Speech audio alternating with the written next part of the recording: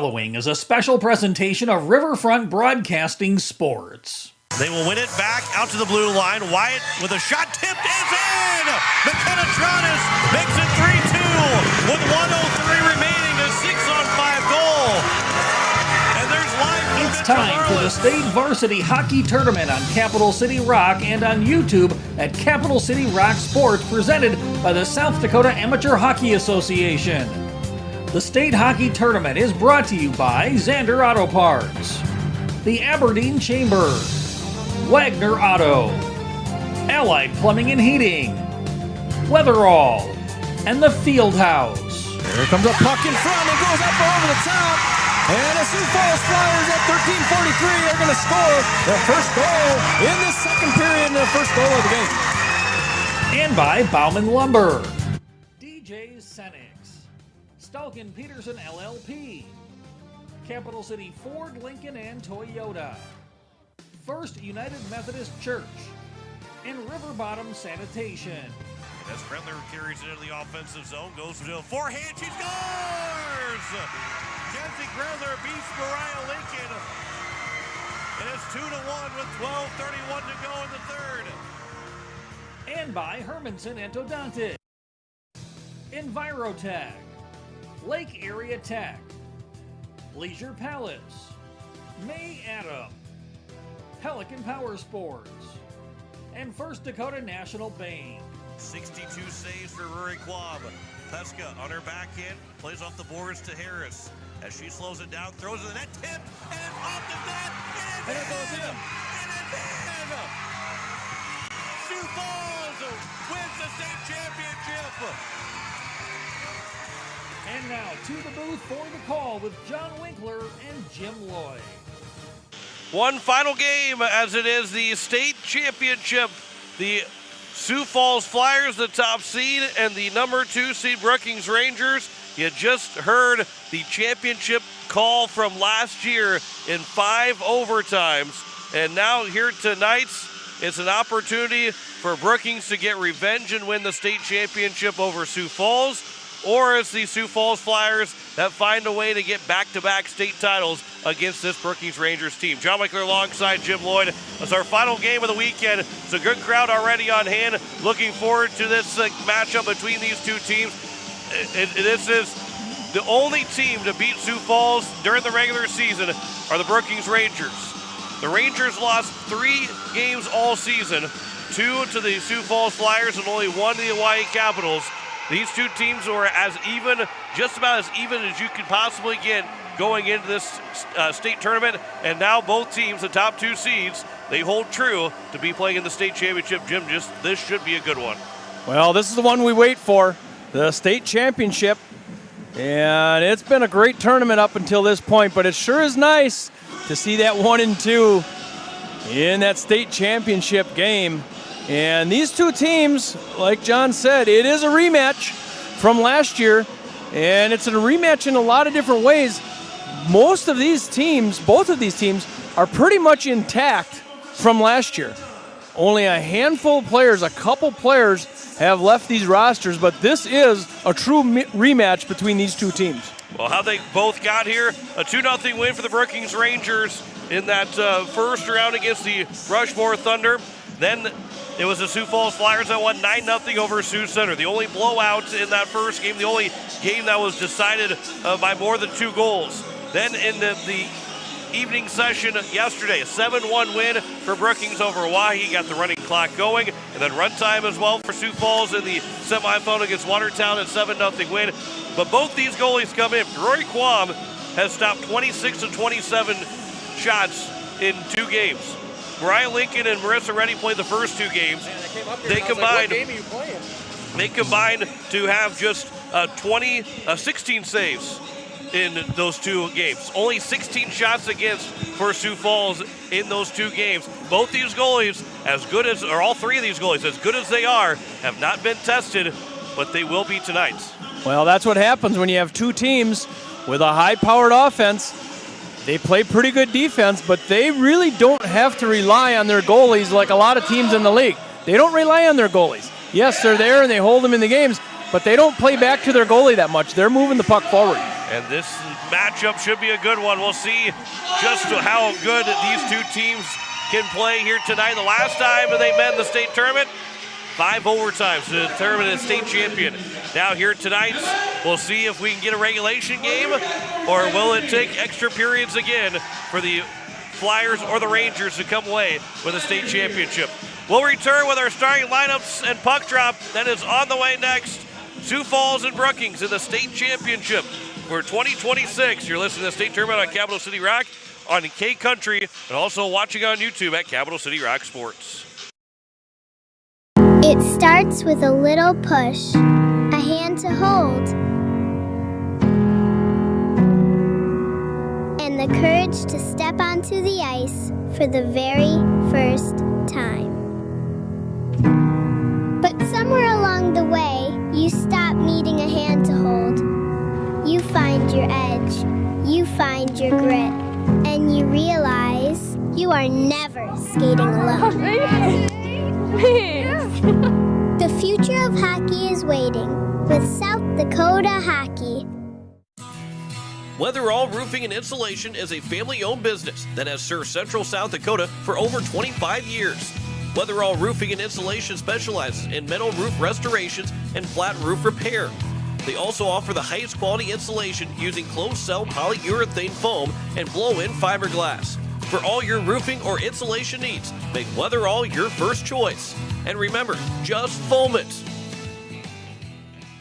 The puck drops, the crowd roars. South Dakota hockey is in full swing. Capital City Ford is proud to support this year's state varsity hockey tournaments and celebrate the dedication, teamwork, and passion of every player on the ice. To all the seniors, congratulations on an incredible season. Whether you're heading off to college or staying close to home, we're here for all of your automotive needs. Stop by Capital City Ford in Pierre. We'll get you on the road to your next adventure. Capital City Ford in Pierre, driven by community, powered by you. Hockey fans, are you ready for power, speed, and precision on and off the ice? At Pelican Power Sports, we bring that same championship mentality to your ride. Whether it's snowmobiles, ATVs, motorcycles, jet skis, or UTVs, we service and repair them all to keep you in the action year-round. Pelican Power Sports, service and repair with a personal touch. At Muth Electric, we don't just power projects, we empower people. We invest in training, mentorship, and career development opportunities at every level. Because strong careers build strong communities. Your future is bright with Muth Electric. Muth Electric now hiring.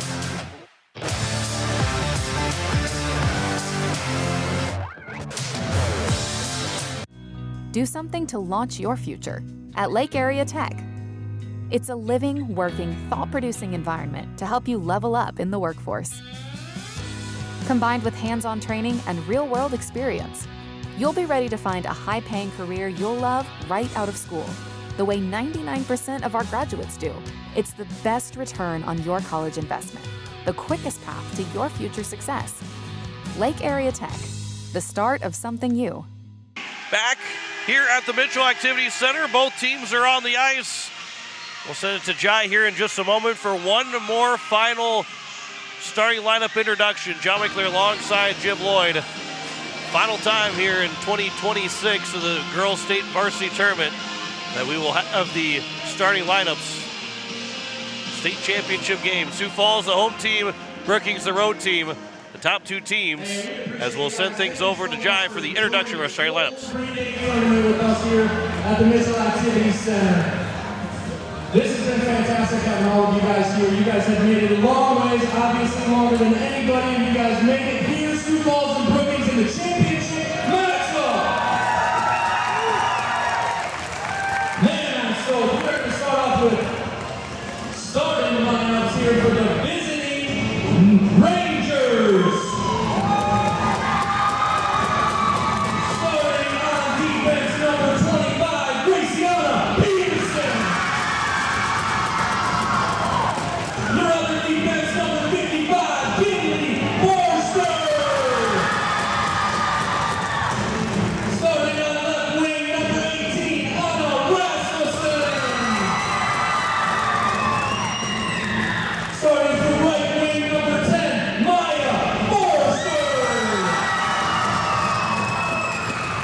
your center starting number 21, Kinsey Brunner. And let's give it up for your starting goaltender, number 30, Rory Kwan.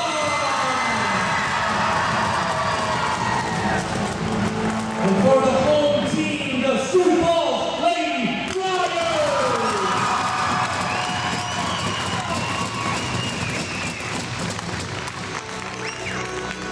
Starting on D, number 14, Rebecca.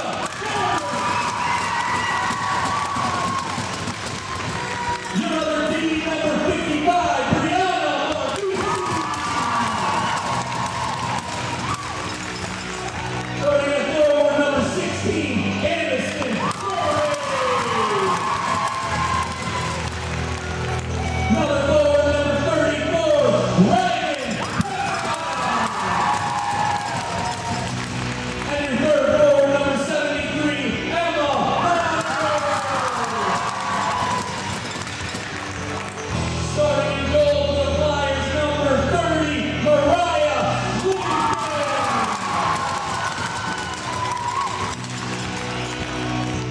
Now, if you guys could please remove your backstage standing, we have a special guest doing our national anthem tonight. Playing on the saxophone, Mr. Mason Benzo.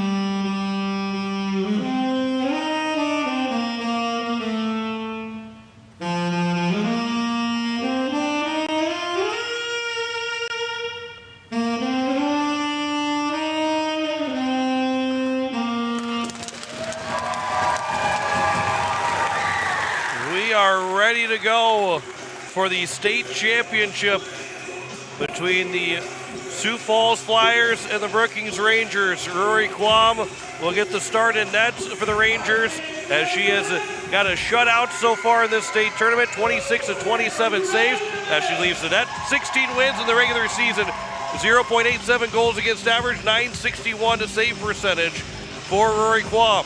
On the other side, eventually, it is going to be Mariah Lincoln that will go to her net, as Mariah Lincoln had picked up a 6-save shutout yesterday, 13 wins, a 1 goal against average, 913 save percentage. By the way, Quam had 8 great shutouts during the regular season. Lincoln had 5 shutouts during the regular season. No starters again. It is Anna Rasmussen, Kenzie Grendler, Maya Forrester, Graciana Peterson, and Kinley Forrester on defense.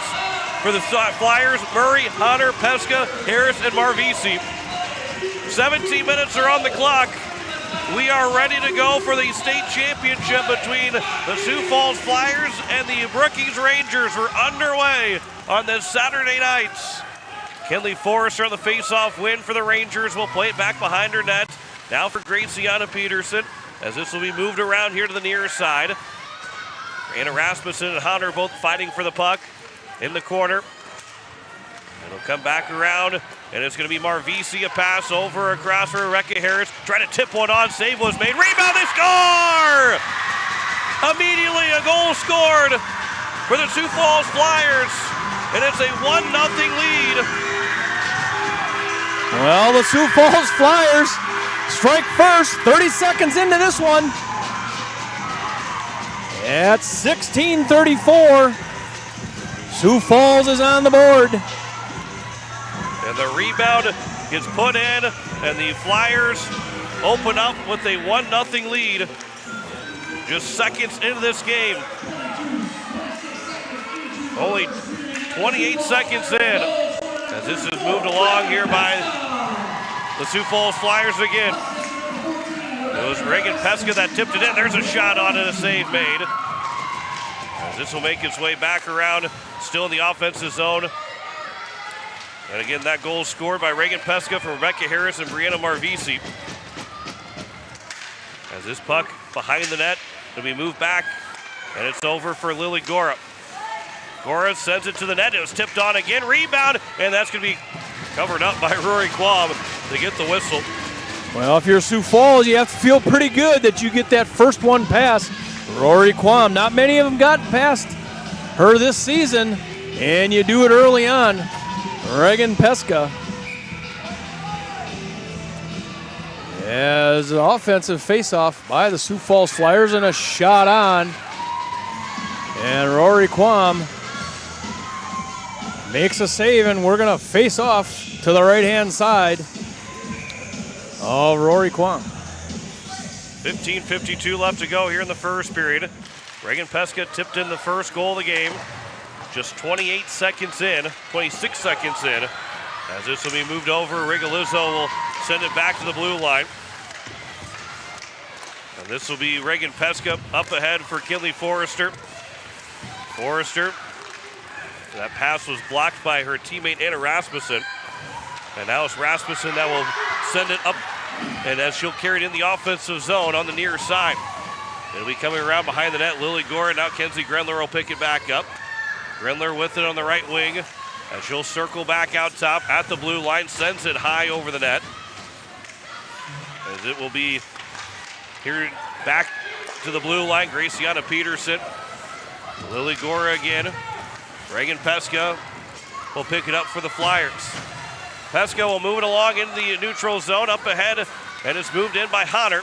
Knocked away by the stick of Maya Edmondson. Ziegeldorf couldn't find the handle of it for Brookings.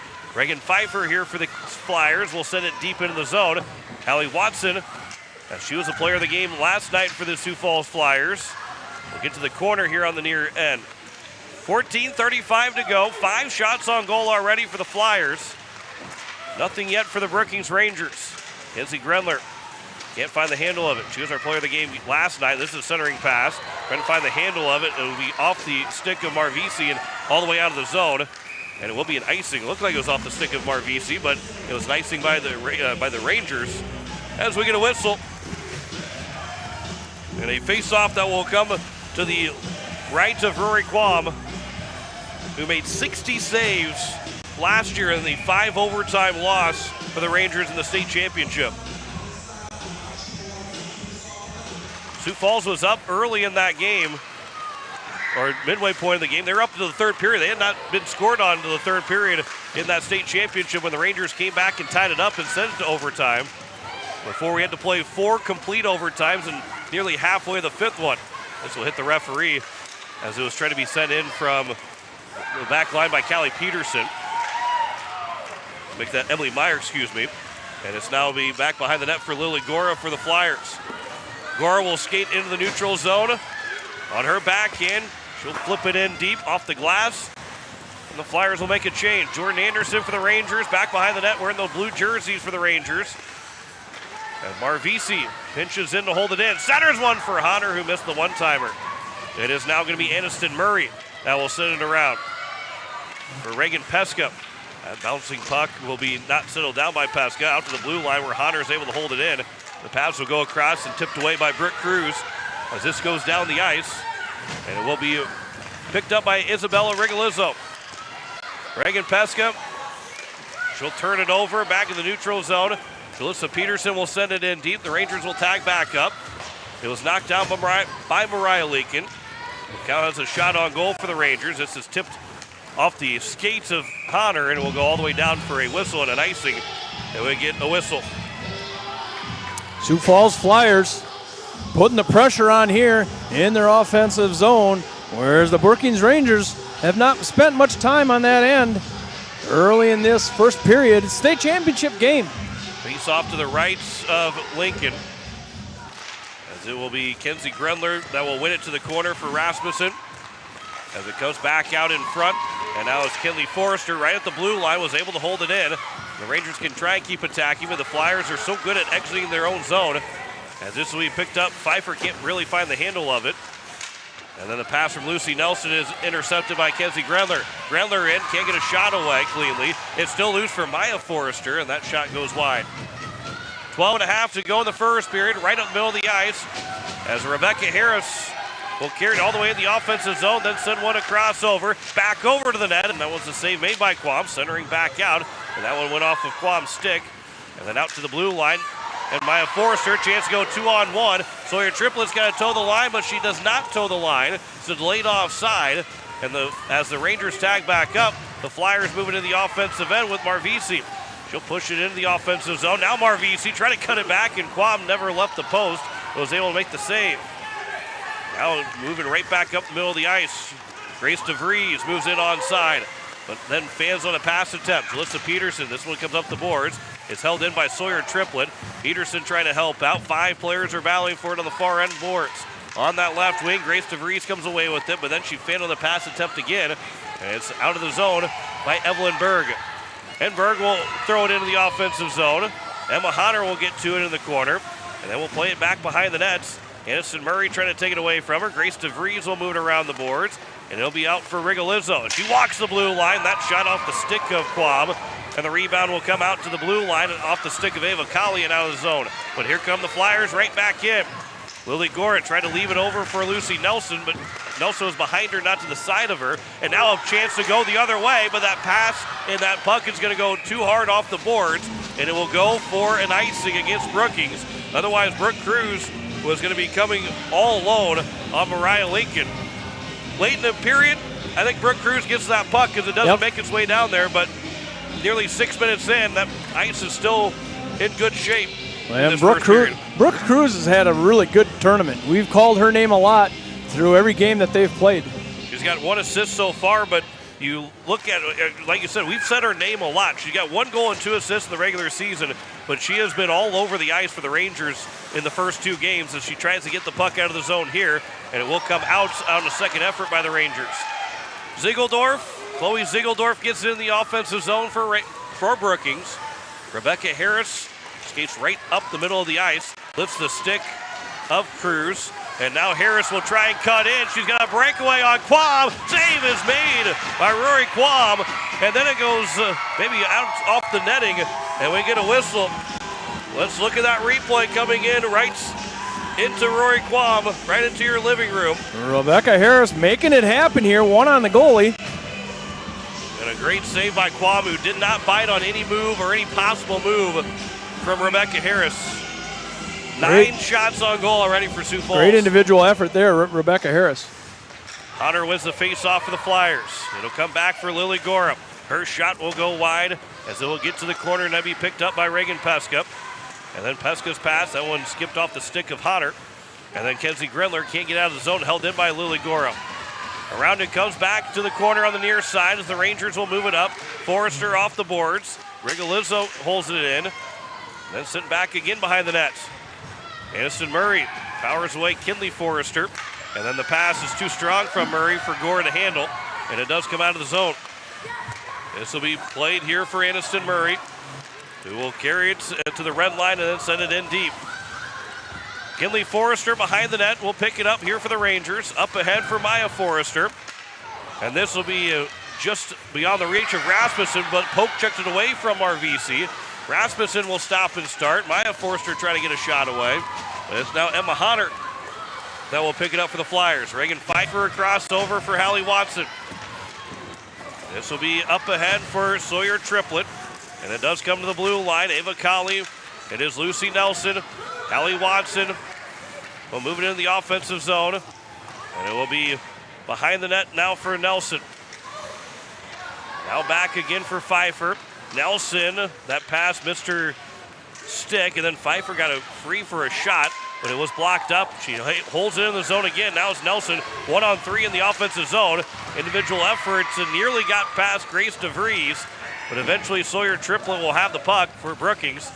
It'll be moved up, but not out of the zone where it's picked up by Reagan Pesca. Pesca will nearly blow a tire in the corner. Was able to pivot her way, hold it in for the Flyers to continue to make that change. Aniston Murray got her stick tied up with Triplett. Goes back to Murray. Pass for Pesca below the goal line, out to the blue line on the right side. As Rebecca Harris walks the line, that shot bounces its way and somehow went in front of Rory Quam, but never made it to the net. 8:20 left to go here in the first period. Around it goes up the boards on that far end. DeVries, Jalissa Peterson. As there are a couple players tangling up for the puck.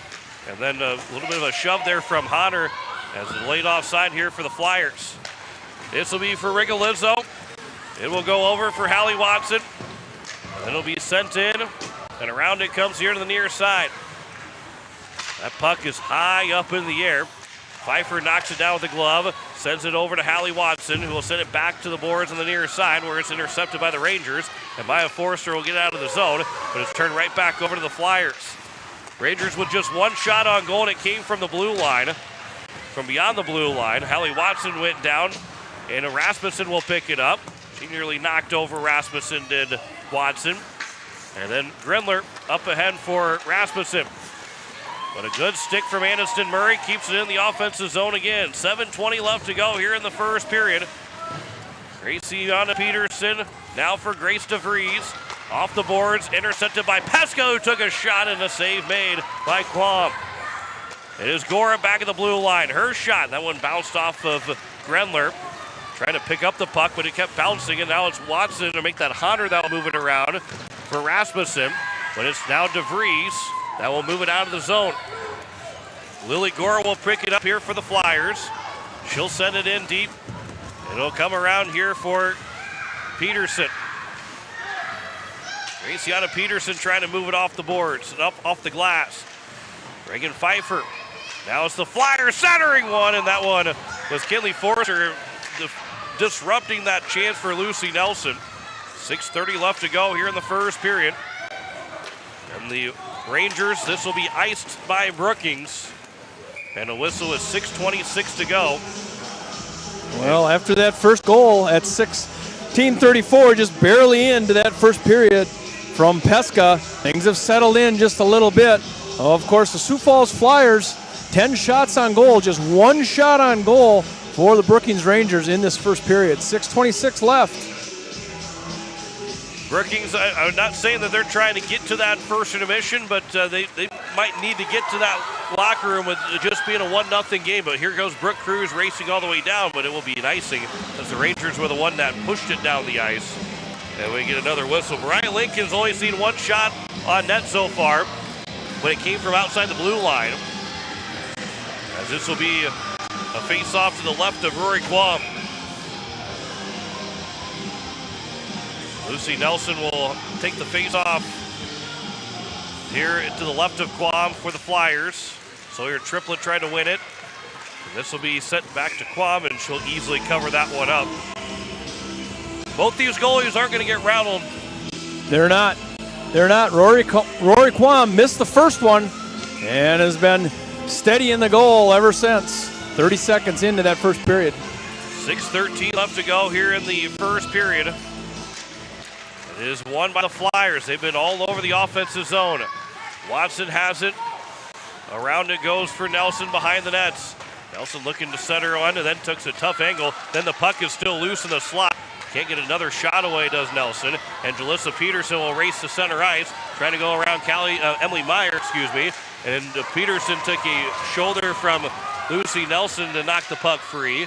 Reagan Pfeiffer trying to chip it out, but it's held in by Sawyer Triplett. Around it goes on the near side to the far end of the ice. Watson will play it back over for Harris. And Rebecca Harris will race into the neutral zone. Trying to gain the red line to send it deep, but she got to push off the puck by Grendler.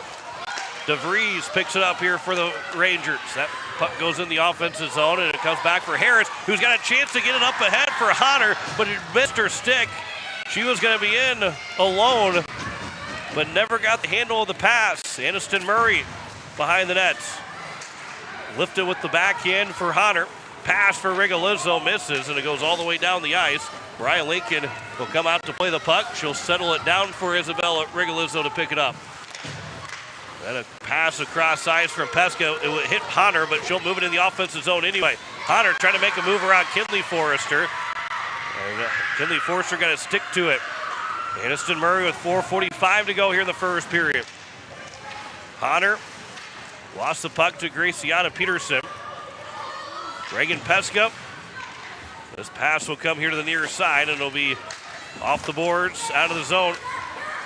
Marvisi, a pass goes across over for Pesca. Reagan Pesca, that's poke checked away by Jordan Anderson. And it's now Rigolizzo that will send it back in deep with 4:20 remaining here in the first period. First one to it is Lucy Nelson, but went off of her stick away from the boards. And now it's going to be moved along by Brooke Cruz, and she is chopped down by Charlie Weerspan. And a penalty coming up against Sioux Falls. And it'll be a power play opportunity. A trip is called against Weerspan. And Brookings, who went 4 for 7 on the power play yesterday, they have their chance to try and tie this game up with 4:11 to go here in the first period. Well, if you're the Brookings Rangers, that's what you need about right now to get a little momentum swung the other way. A power play opportunity coming here for the Rangers. This face-off will be won here by the Rangers. Sawyer Triplett with a shot and a save by Mariah Lincoln. Melissa Peterson was all over that potential rebound that didn't come. As you can see, Sawyer Triplett. Mariah Lincoln to look around Marvisi, and then Peterson right there. Just skating right through the top of the crease, making sure that Mariah Lincoln knows there's a lot of players around her. 4 minutes to go here in the first period. 1:45 left to go on the power play. This was a lethal power play yesterday. Sawyer Triplett walks in. We'll send it back around for Maya Forrester. Forrester with the shot, partially deflected. Save made by Lincoln. It is now Forrester again. Forrester trying to get away from Rigolizzo. But Rigolizzo did a really good job of pinning her to the boards, but the Rangers keep possession of it. Now is Forrester again. Turns on her forehand, flips it for Triplett. Right back to Forrester, top of the face-off circle on the left wing. Then the pass deflected by Rigolizzo, but Peterson uses her body to get in front of Rigolizzo. Now it's Rasmussen. Rangers haven't been able, they've been set up, but they haven't been able to get anything going on this power play yet. Rasmussen will take to the face-off circle. Triplett will send it. It goes off the post, and it is covered up by Mariah Lincoln. That went off deep off the post, and we'll see if we have a replay for this one. Watch this. It's going to come off the left post. We'll deep in the goal. I think it went off of both posts. And it goes right there. Nope, went off that post and came right back out. From our angle live, it looked like it was deeper in that red line, but it was not. Let's come out of the zone. You heard a little bit of the ooh, the ohs from the crowd watching the replay up on the big board. 2:50 left to go, which was our replay, by the way, here on Capital City Rock Sports. As it is moved up ahead, Anna Rasmussen, 35 to go on the power play for the Rangers. Their first one tonight, the Pelican Power Sports power play. Rasmussen will move in behind the net. It goes off the back of the net. Puck is still loose back there. Rasmussen in a seated position. They're trying to find the handle, and then they pass off the hand by Rebecca Harris. Will send it deep with 15 seconds to go. Can the Rangers get set up one more time? They're going to run out of time in this power play, but can they get things moving up offensively? Rasmussen, it is now moved along here by Forrester. 3 seconds to go in the power play. Forrester waits. Pass will go over for Gremler, sends it to the net, and a save made by Mariah Lincoln. Back to 5-on-5, unable to get that power play goal for the Rangers. They're 0 for 1 tonight. Forrester takes the puck away from Reagan Pfeiffer. Gremler moves it up ahead, but it's going to be pinching down. Lily Gore to hold it in the zone.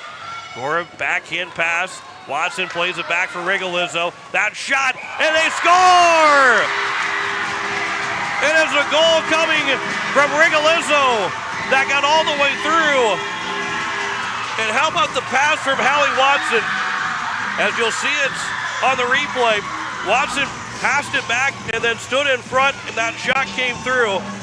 I think the better replay is going to be from our vantage point. Watson got that puck, sent it back, and then got in front of the net. And then the traffic, Rigolizzo, I believe, is the one that will get the goal. But it's a 2-0 lead for the Sioux Falls Flyers with 1:43 left to go. A good decision there by Watson. She was high in the slot, and she could have really easily took a backhanded shot there.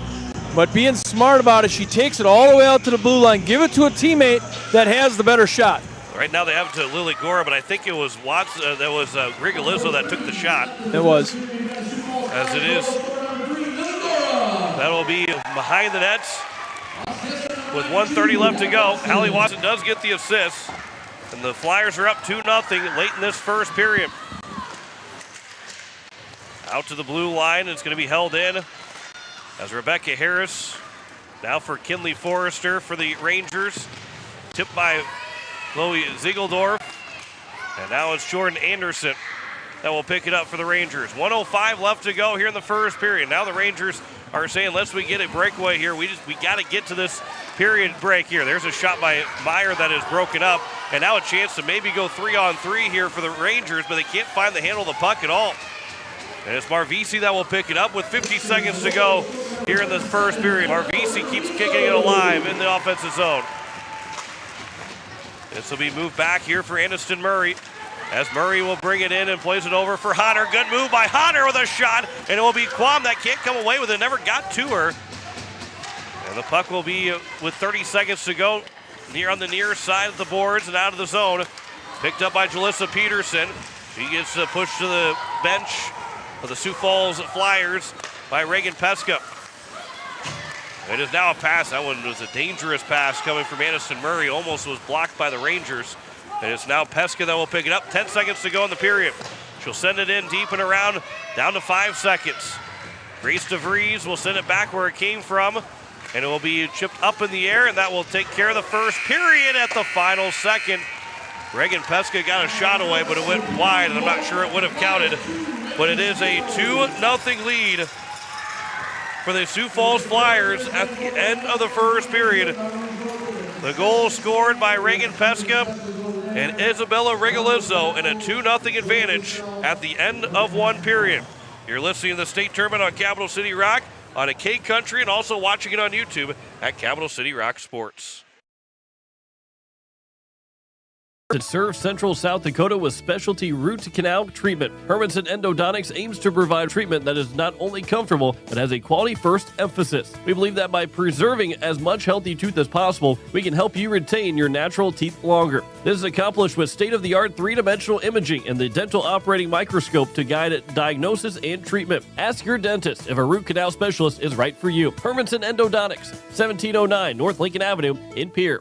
Wagner Auto Company is your complete transportation headquarters. Now is the time to order your new Buick, GMC, Chrysler, Dodge, Jeep, and Ram vehicles, plus a good selection of quality pre-owned and certified pre-owned vehicles. They'll take care of you after the sale with a full-service parts and auto body shop with trained technicians, along with a friendly financing team that'll work with you to find the best deal and one that'll fit your budget. Wagner Auto is your local full-service family-owned dealership for over 115 years. WagnerAuto.com. That's WagnerAuto.com. Quality fuel, quality service. That's the DJ Cenex promise. Derek and Maggie Dell are proud supporters of local hockey. Swing by for a quick refuel and experience the local friendly service and clean atmosphere that makes a difference. We're more than just a gas station. We're your hometown partner on the road. Get ready, because the best is getting even better. Our brand new state-of-the-art car wash upgrade is coming soon to give your vehicle the VIP treatment it deserves. DJ Cenex, fueled by community, driven by you. As our Aberdeen teams take the ice at the state hockey tournament, we're cheering them on from home and inviting you to come see where that pride begins. Aberdeen is a community that rallies together on the ice, in our schools, and across our local businesses. From great food and unique shopping to year-round events and family fun, there's always something happening here. So when the tournament wraps up, make plans to visit. Discover what makes Aberdeen worth the trip at aberdeensd.com. Need cool as heck logoed caps, t-shirts, and snuggly sweatshirts fast? Get them at Cotton & Customs Embroidery and Screen Printing Studio in Volga. Their cool new, faster screen printing technique means no more plasticky, dried-out lettering to peel off after a few washings. No logo? Let Cotton & Customs design and digitize one for you, free. See their colorful embroidered logos really pop. Click cottonandcustoms.com. Let's brand your brand together. The lawyers at the May Adam Law Firm in Pierre know how important your families are to you. If you've been putting off getting your affairs in order, know that the May Adam Law Firm is available to counsel you through your questions and help you get the documents in place so that you've made your loved ones secure. Call them at 224-8803 and they can chat with you about how to document your concerns and care for your family. We're all in this together, and the May Adam Law Firm is ready and able to help. As we welcome you back, it is the end of the first period. And the Sioux Falls Flyers, let's get you the period break up here. John Wick alongside Jim Lloyd. 2-0 lead for Sioux Falls at the end of the first period. Reagan Pesca and Isabella Regalizzo have the 2 goals. Mariah Lincoln only had to stop 4 shots in that first period. Rory Kwan with 11 saves on 13 shots to this point. But Jim, this is a 2-goal lead. Now, Brookings came back from a 2-goal deficit last year in the state championship, but 2-goal lead for the Flyers. They love to have that 2-goal lead in the first period of this championship game. Yeah, and you look at this first period, Pesca gets an early one, just 30 seconds in. Is this hers? Yep, she tipped it in, or she tipped to the net and then was able to put it in. Yep, just 30 seconds in. And then if you look back at this, maybe an opportunity, probably the biggest opportunity missed for the Brookings Rangers at 4:11. They go on the power play and got maybe 2 shots. If I recall, it was 2 shots on a power play opportunity. That would have been the one that could have set some momentum back the other way. Then it goes to the end of that first period at 1:43. And take a look. Regalizzo got that shot that went all the way through. Hallie Watson had played it back to Regalizzo. And we look at that replay. That pass came back, and Quam tried to see through all that traffic. And again, one that obviously Quam's going to say, hey, we should have had that one. But she's also one that she makes terrific saves, and she's not going to let that one affect her going into this second period. No, Rory Quam's been doing it long enough and doing it at a high enough level that she has a very short memory. And she will respond to that like she has throughout her entire career. But good patience shown there by Sioux Falls, kicking it all the way out to the blue line and knowing that was the better shot for Regalizzo. And it's a 2-0 lead at the end of the first period between the Flyers and the Rangers, as we will step aside and come back with more of our first intermission report as you're listening to the state tournament on Capital City Rock on a Cake Country, as well as also watching it on YouTube at Capital City Rock Sports. Pierre is the perfect place to sit back and watch the state hockey tournament with friends and family. The field house with a full bar gives you that feeling like you're at the game without having to leave town, with a selection of your favorite concession-type food, and who doesn't love some pizza? There's free popcorn, peanuts, and Gardettos to complement any of your snack cravings while enjoying the games on one of the many big screen TVs. The Field House, 2013 East Gate Avenue in Pierre. Your place for the game this weekend. Go Caps! When you're in the need for high-quality replacement auto parts, look no further than Zander Auto Parts and Machine Shop in Pierre. Zanders has been servicing the Pierre area for over 40 years. Their professional parts techs can get you the parts you need and get you back on the road. Stop by Zander Auto Parts and Machine Shop at 500 West Sioux in Pierre or call 224-9221. Zanders, your source for domestic and foreign auto parts and accessories. Is it the competition that keeps bringing you back? The long-standing rivalries? Or is it seeing friends again and cheering on your favorite team? At First Dakota, we're here for it all. We appreciate the fans, the players, the coaches and officials, the concessions crew. The shared community experience is part of what makes life here great, and we're here for it. See you at the game. First Dakota National Bank, member FDIC.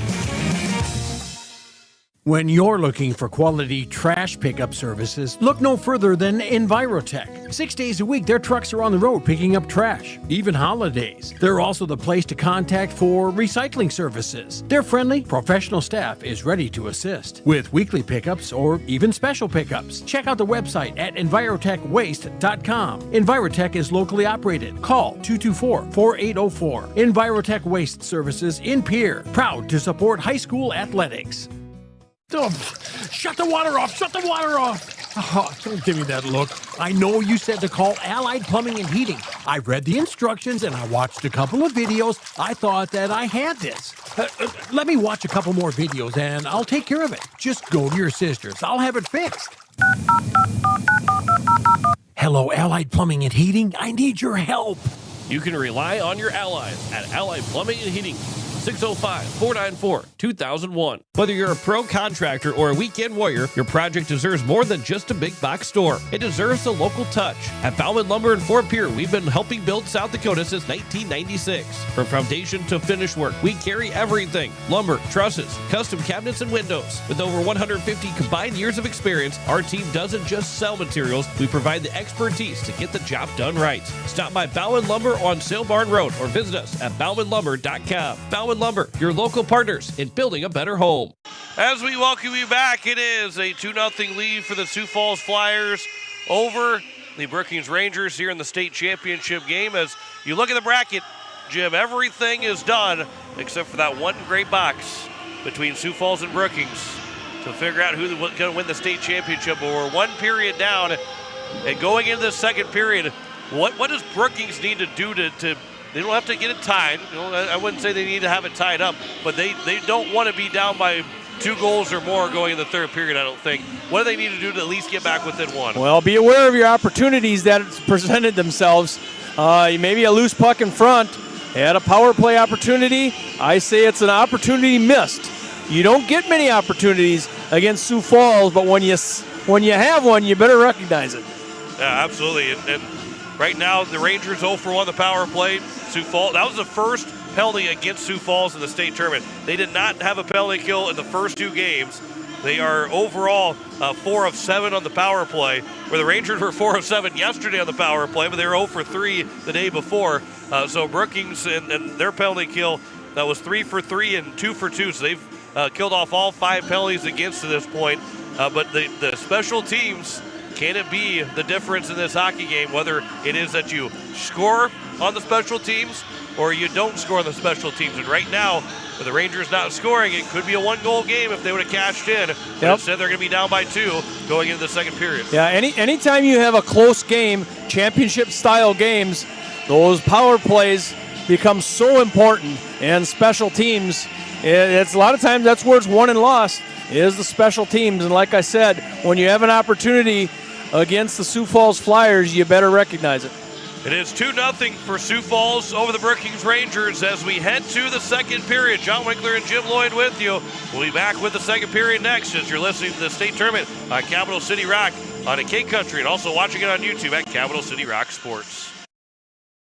Leisure Palace, spring is closer than you think, and now's the time to plan your backyard upgrade before the rush hits. We have beautiful new patio furniture arriving daily, built for comfort and durability, along with stunning fire tables to keep your space cozy and warm. Also make this the year you invest in relaxation and wellness with a new spa from Hot Springs, Caldera, or Free Flow Spas. And if you're ready to warm up and feel better right now, our saunas are in stock and ready to go. Proudly serving the entire state of South Dakota, and remember, we guarantee the lowest prices. Leisure Palace, pool, spa, and patio, creating your perfect escape. Capital City Toyota is proud to sponsor the state varsity hockey tournaments with a special shout out to all the seniors. You've worked hard, now it's your time to shine. Just like a championship team, we bring the funnest car buying experience in South Dakota. Find your perfect new or pre-owned ride today. Good luck to all the teams and seniors from Capital City Toyota. For over 55 years, Muth Electric has been powering progress across the Midwest. Our team of professionals deliver electrical solutions with innovation and safety at the core. We work with purpose, knowing that each project contributes to something bigger. Muth Electric, a partner in building a brighter future since 1970. When you're in the need for high-quality replacement auto parts, look no further than Zander Auto Parts and Machine Shop in Pierre. Zanders has been servicing the Pierre area for over 40 years. Their professional parts techs can get you the parts you need and get you back on the road. Stop by Zander Auto Parts and Machine Shop at 500 West Sioux in Pierre or call 224-9221. Zanders, your source for domestic and foreign auto parts and accessories. Hello, I'm Pastor Jeff Lathrop of Pierre First United Methodist Church, and I'd like to invite you to join us in person for worship on Sunday mornings at 8:30 a.m. or 11 a.m. You can also join us on Facebook Live or on KCCR 1240 a.m. or 98.9 FM for our Sunday morning broadcast at 11 a.m. Come worship with us at First United Methodist Church, where you will find open hearts, open minds, and open doors. It starts with a little push, a hand to hold, and the courage to step onto the ice for the very first time. But somewhere along the way, you stop needing a hand to hold. You find your edge, you find your grit, and you realize you are never skating alone.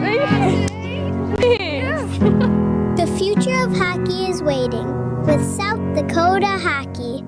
As we welcome you back, as the referees are making their way back out on the ice, it is 2-0 for the Sioux Falls Flyers over the Brookings Rangers. And it is the Flyers with that 2-goal lead to start this second period. John McClure alongside Jim Lloyd. By the way, for those that are listening on K-Country right now or just in Brookings in general or maybe checking it out on Capital City Rock Sports, all the boys' games will be on K-Country as well. Brookings boys' games, all the boys' Brookings games will be on K-Country as well next weekend. We'll have all 11 games next Thursday, Friday, and Saturday, as it will be the start of another 11-game weekend for Jim and I. And we will have the Capitals and Yankton Bucks to start next week, Thursday. We got Brookings and Sioux Falls flags flying in the stands. I think the Brookings flag is a little bit bigger than the Sioux Falls flag. Yeah, it's just a little bit bigger. You got to do your measurements before you order one. I was saying, we've seen the Sioux Falls flag quite a bit. This is the first time we're seeing the Brookings flag being flying. But both teams back on the ice. And as Jim Lloyd always says, it's the period of long ice.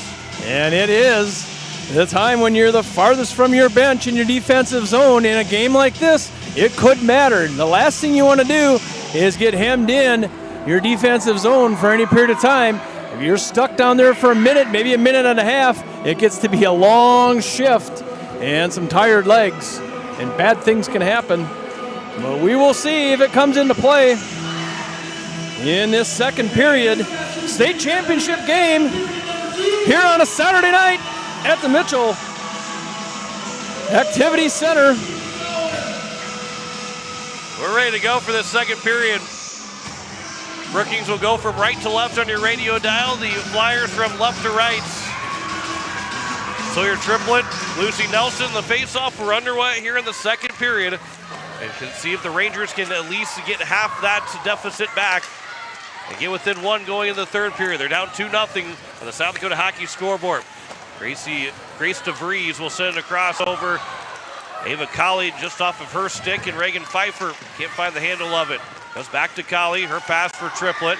And so as it would be Melissa Peterson, that shot and a blocker save made by Lincoln.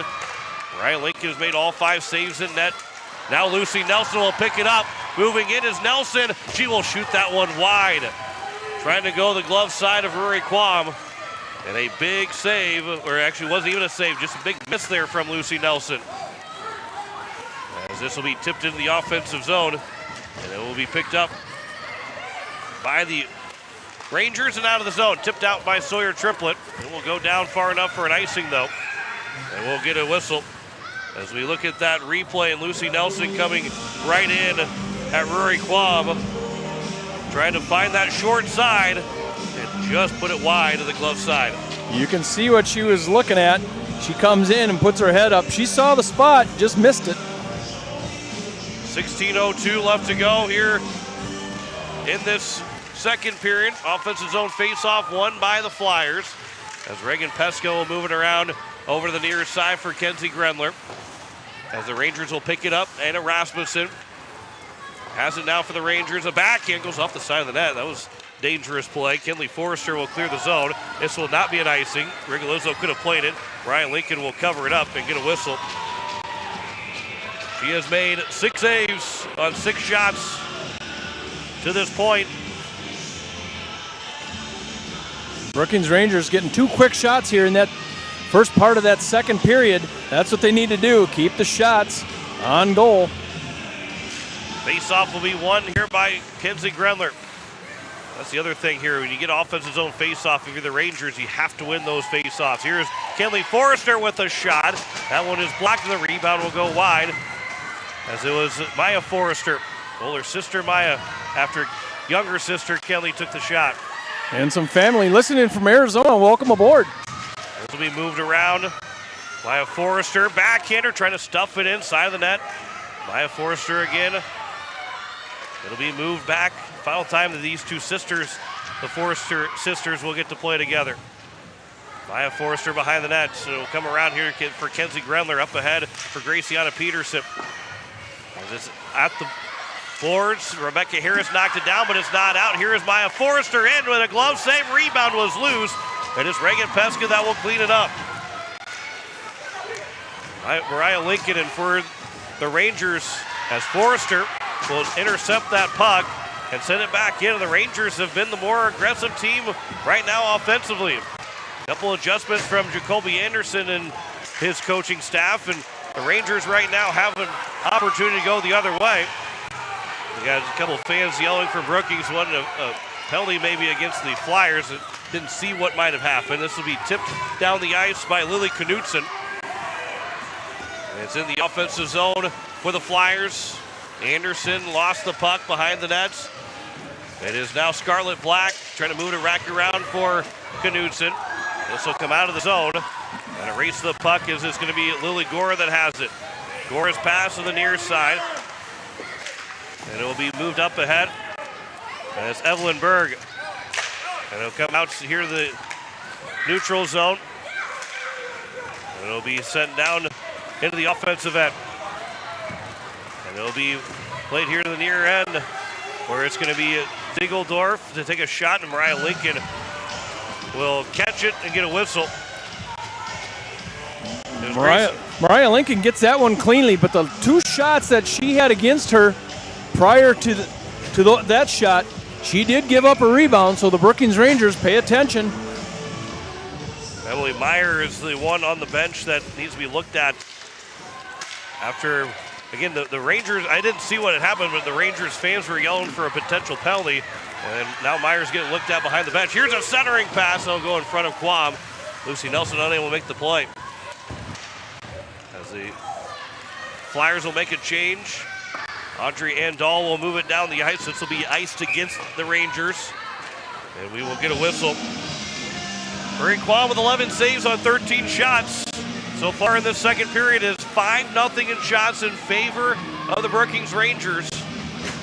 And the Brookings Rangers certainly within striking range.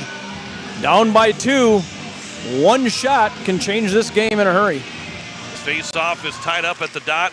It'll be picked up and in front of the net, and again, the Rangers will move it away. Alyssa Peterson fans on a pass attempt. And it will be now Kinley Forrester that will send it across over for Rigolizzo. Isabella Rigolizzo is in the offensive end. Sawyer Triplett will pick it up. And it'll play it off the boards here now for Kinley Forrester. Innocent Murray will pick it up for the Flyers, but can't get a shot away. She'll get to the corner. And now it's Murray that will send it back around here for Hunter. Hunter with a centering pass and a save that goes in. It's snuck by Quam and in, and it's a 3-0 lead for the Flyers. It's a give and go. And Pesca is going to get her second goal of this game in the second period at 12:36. As this pass came in and it just snuck by Quam and in. And it's now a 3-0 lead for the Flyers. Peska's second goal of the game. And it's Emma Honner that will move it into the offensive zone, swiped away by Edmondson. Now it's Peska again, tough angle shot. The net is off as we'll get a whistle. Quam made that first save, then the net came off and the referee blew the whistle quickly with 12:23 left to go. Reagan Peska with her 2 goals in this game, and she is a senior leader on this Sioux Falls Flyers, and she's on her way to University of Wisconsin-Stevens Point. She had 21 goals during the regular season. She's now got 3 goals in this state tournament. Here's a shot off the face-off. Quam trying to find the handle of it, and we'll cover it up to get a whistle with 12:19 left to go here in the second period. 7 points now for Reagan Peska here in the state tournament. Emma Honner got the assist, and Honner has now 7 points as well with 3 goals and 4 assists, just like Peska. This top line has been doing it all for the Sioux Falls Flyers in the state tournament. And this will go down for an icing, and we'll get a whistle. It'll be another offensive zone face-off with 12 to go. Like that 12-11 here to go in the second period. Anderson Murray's got 4 goals. Emma Honner with 3. Reagan Peska with 3 in the state tournament. They've got a lot of players that have picked up a point. They've got 9 forwards that have at least scored a point, and 5 of their 6 defensemen have scored a point in this state tournament. How deep this Sioux Falls team is, and to have that many points scored in the state tournament in just 2 games. It has been a remarkable run here for the Flyers in this state tournament. And as good as they were in the regular season, they're playing their 2 best games right now and hopefully finishing off a 3rd best game if you're a Flyers fan. Reagan Pfeiffer moves it up but not out of the zone. Graciana Peterson keeps it in. It's now Maya Forrester. Save is made by Lincoln. And it'll come back over for Kenzie Grenler. Grenler with a hat trick yesterday against the Capitals. It is Rebecca Harris that will send it across. And it'll be moved in by Reagan Pfeiffer. And it will come in for Kinley Forrester.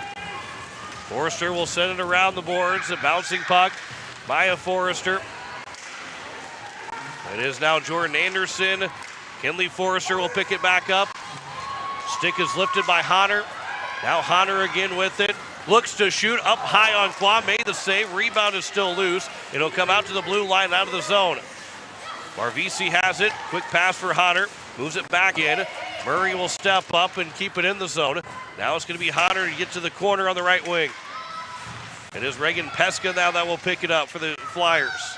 Peska with 2 already in this game. 3-0 lead for Sioux Falls. Pass will go across, bouncing over the stick of Murray. And it's going to be Ziegeldorf that will pick it up. And will get out of the zone, but it's Marvisi that had it for a moment, went off of Forrester.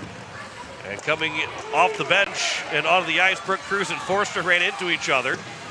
This will be sent down by the Flyers. It's not going to go far enough for an icing. Cruz had too much speed. This will be to the corner. Ziegeldorf trying to get it out.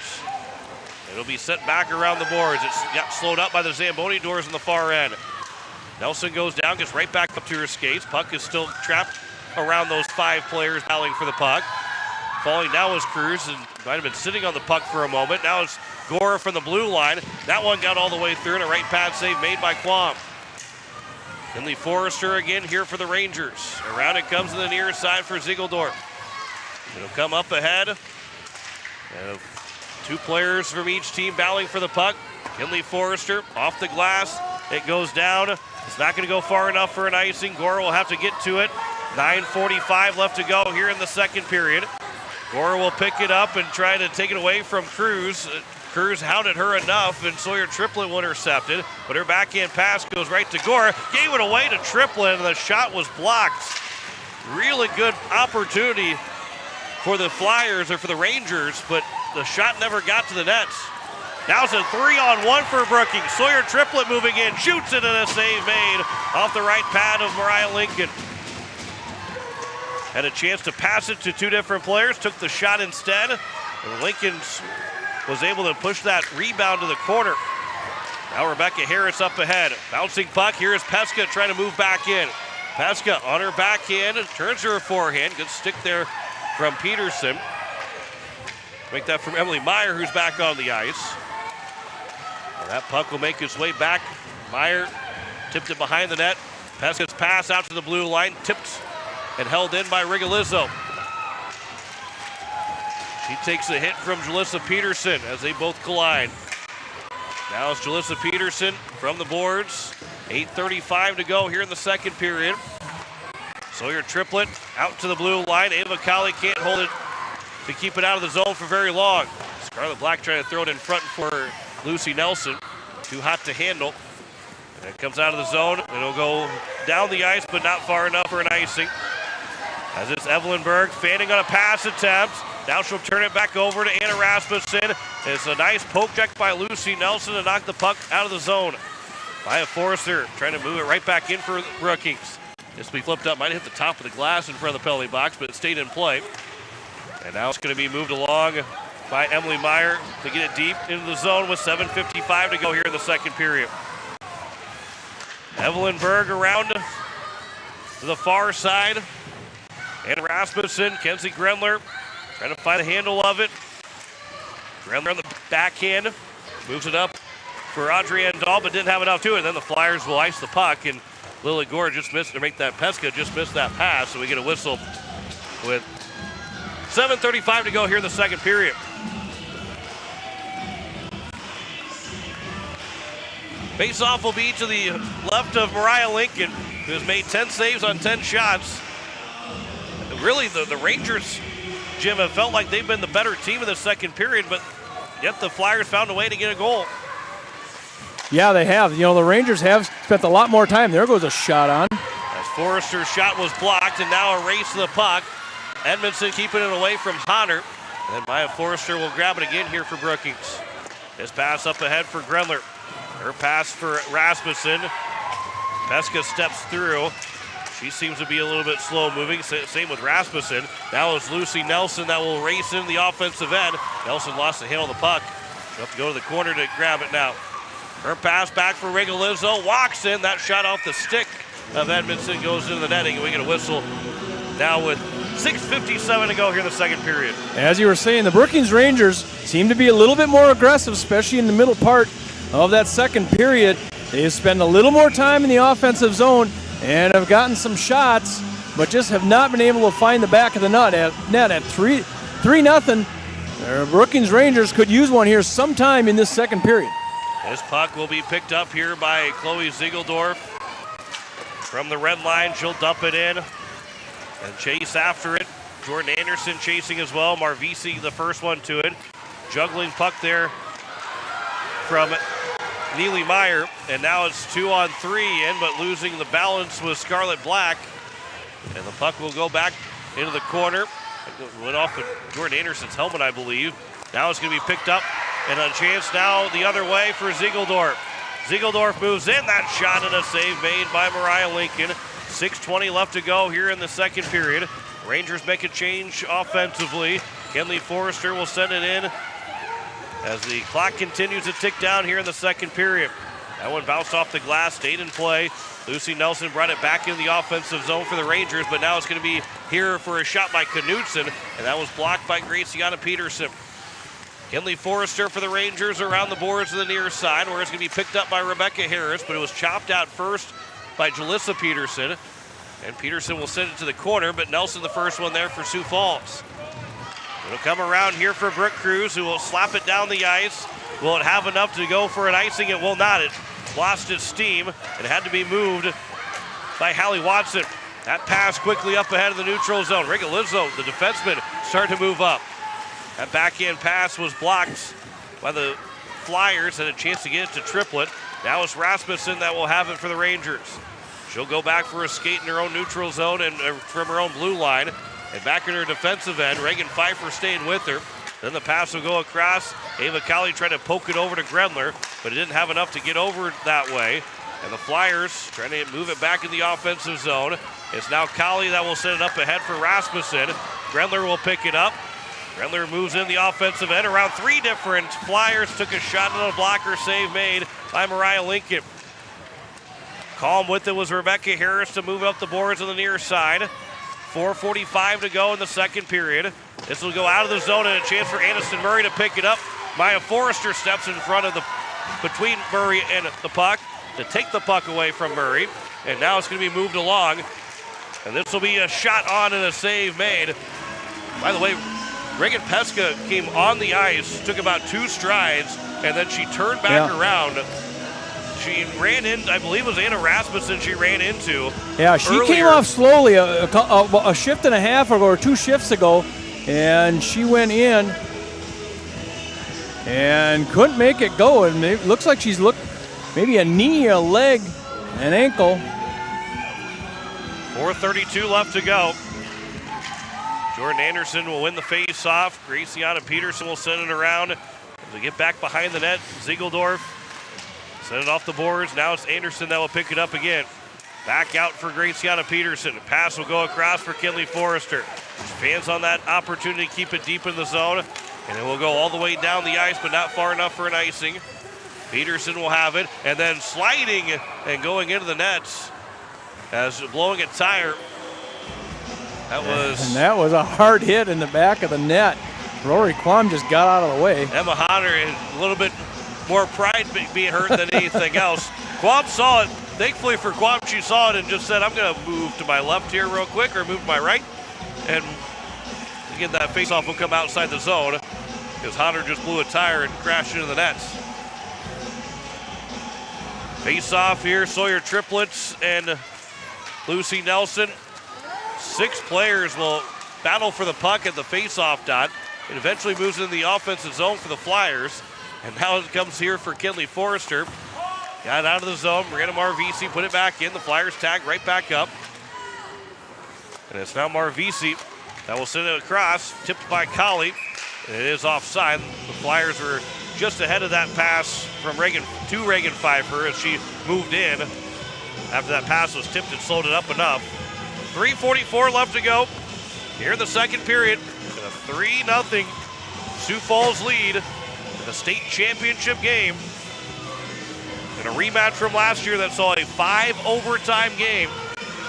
But right now the Flyers, I don't think they're sitting comfortably with a 3-0 lead, but the pressure is all on Brookings right now.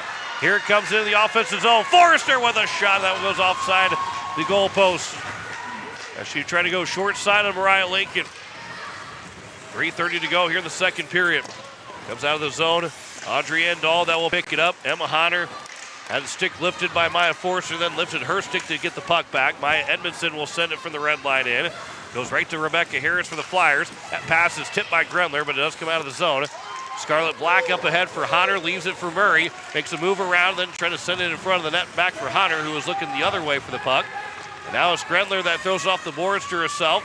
Picked up the puck and then lost the handle of it. Then Grendler will throw down Rigolizzo. Brooke Cruz will move into the offensive zone. That puck will make its way to Lincoln, and she will cover to get the whistle. With 2:54 left to go here in the second period. Rigolizzo taking a shot over on that far board. And I think actually it was more from her own teammate as they awkwardly went into the boards. Grendler came through and made all that, probably, I wouldn't say made it all happen, but he ran into her teammate, then Grendler was right there, and it kind of was like a domino effect of it all. Jordan Anderson, Reagan Pfeiffer tied up. This puck will come to the net. It was swiped away by Mariah Lincoln. As the Rangers have gotten 10 shots on goal here in this second period. 10-6, they're out shooting the Flyers. But the Flyers have that 3-0 lead, scoring once in this second period. Reagan Pesca's got her second. We have not seen her on the ice since she was slow moving after colliding with Anna Rasmussen. This is back in the offensive zone for the Flyers. It is moved around, but it's going to be held in. Miranda Marvisi cutting in. Marvisi with a shot, and that one goes maybe off the crossbar and into the netting to go out of play. I think maybe it got a shoulder of Rory Quam here. Take a look. That puck comes in. Marvisi. That one. You didn't even see it. I'd say it's hard to tell if it went off the crossbar or not, but I think Quam got a piece of it. They do say she got a piece of it, getting her 17th save on 20 shots now. Face-off is won by the Flyers. Lucy Nelson sends that to the net. It was tipped off of Gracie Peterson, and it went off the side of the net of Quam. Here is now Marvisi from the corner. Lucy Nelson back to Marvisi. Can't get the first shot away. Second chance. Tough angle. That puck is still around and will be eventually grabbed by Rory Quam to limit any damage. Nice little give and go there. Watson Marvisi. Good opportunity there for the Sioux Falls Flyers. Up 3-0. But Rory Quam is in the goal for the Brookings Rangers, and those goals are not going to come easy. This face-off is going to be controlled here by the Rangers. Up ahead for Maya Forrester. Bouncing puck is loose in the neutral zone. Rigolizzo has it. Goes back off of Forrester again. Rigolizzo keeps sending it off of Forrester and decides, how about another option? We'll go to Rebecca Harris back at her own blue line. Kenzie Grendler, her pass for Rasmussen into the offensive zone, but Rasmussen can't keep the handle of the puck. 1:20 left to go here in the second period. Kenley Forrester pinches in to try and hold in the zone. Then Rebecca Harris nearly got tripped up. Rasmussen drops her stick to leave the evidence on the ice, and it becomes an icing the other way with 1:11 to go. Rasmussen nearly tripped up Harris, but then let go of that stick probably before it became a full trip and said, you can't blame me because I didn't have my stick. Brookings Rangers here playing what I say a lot more even than the first period. Gave up one goal at 12:36 to Pesca, but other than that, the Rangers have played much better in this second period. Lily Gore on the face-off win for the Flyers. We'll set it up for Hallie Watson. Watson a pass up ahead. Here's Reagan Pfeiffer along with Nelson. Pfeiffer on a breakaway. Back to Nelson. She scores! A 2-on-0 and a pass from Reagan Pfeiffer to Lucy Nelson makes it a 4-0 lead for the Flyers. Yes, 58 seconds left in this second period, and the Sioux Falls Flyers strike. Second goal of the second period, making it a 4-0 game. Lucy Nelson, 21 goals during the regular season. Her first of the state tournament, second assist by Pfeiffer. Now here's Watson in, and that'll be coming back for Brooke Cruz, out for Marvisi. And now it's Marvisi to get it to the corner. And Hallie Watson also will get an assist. With 40 seconds to go here in the second period. 4-0 lead for Sioux Falls. Here with 4 players battling for the puck. This will be moved around here to the near side. Marvisi, that bouncing puck. It is now Watson that will grab it as the Flyers make a change.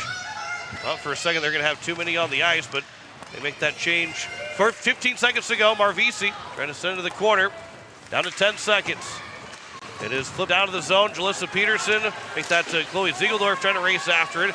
Down to 5 seconds, and that will take care of the second period. A 4-0 lead, 2 goals in each of the 2 periods for the Sioux Falls Flyers, and they lead at 4-0 in the state championship over the Brookings Rangers. The Rangers and Flyers were tied in shots 10-10, but it felt like, as we were talking about, Brookings felt like the team that was on the attack more in that second period, but a couple of breaks go the way for the Flyers, and they lead at 4-0 at the end of 2 periods. And don't forget about Mariah Lincoln, that Sioux Falls goaltender. She has yet to let one by. It is a 4-0 lead as we head to the second intermission. We'll come back with our second intermission reporters to listen to KCCR FM Blunts, as well as also KKQQ, Brookings Volga, here on Capital City Rock, K-Country, and also watching it on YouTube at Capital City Rock Sports.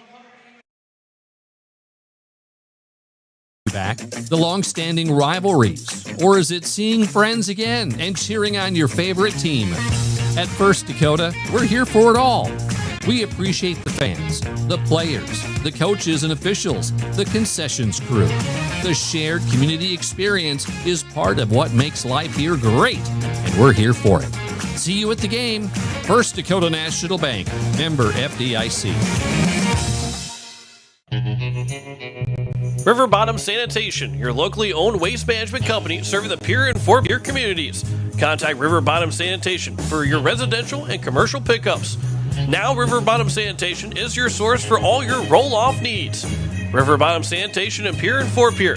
Give them a call for pricing at 605-222-1120. River Bottom Sanitation. That's 605-222-1120. Oh, shut the water off! Shut the water off! Oh, don't give me that look. I know you said to call Allied Plumbing and Heating. I read the instructions and I watched a couple of videos. I thought that I had this. Let me watch a couple more videos and I'll take care of it. Just go to your sister's. I'll have it fixed. Hello, Allied Plumbing and Heating. I need your help. You can rely on your allies at Allied Plumbing and Heating.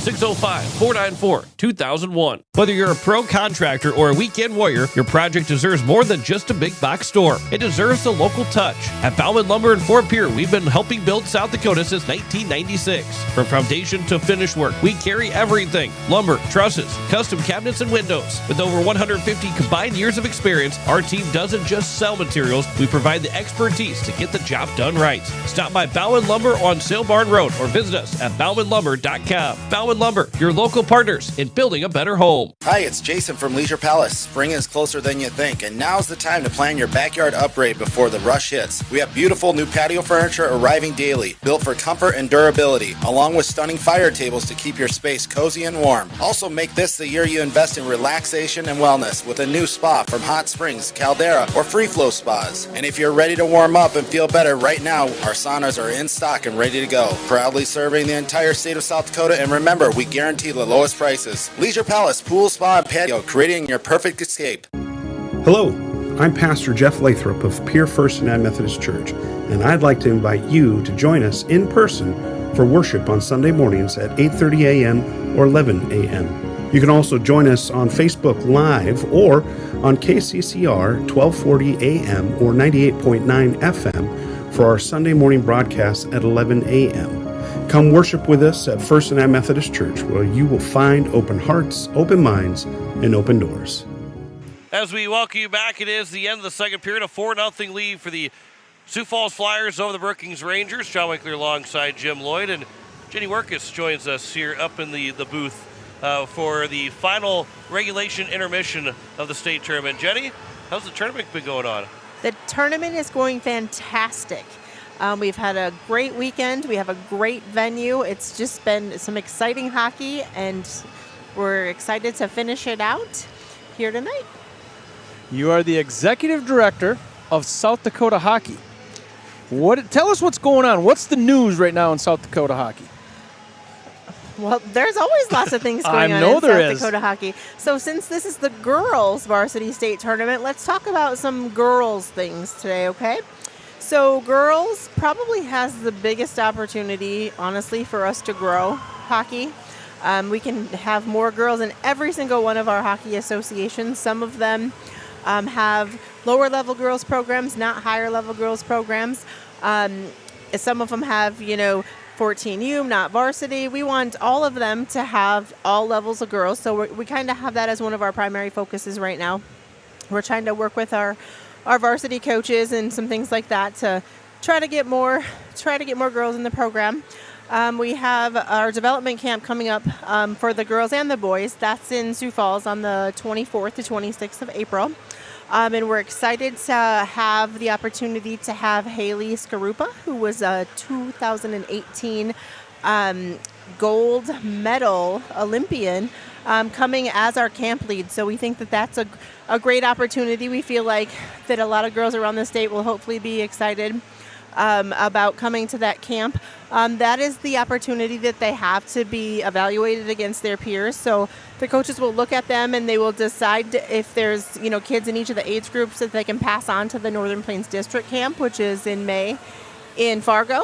And then from there, girls have the opportunity to be selected to the national camp. So it's kind of your pathway onward and upward there. So we're hoping to have a lot of girls come check out the development camp in April. For those folks who don't follow a lot of girls hockey in South Dakota, what is the structure? There's just two leagues.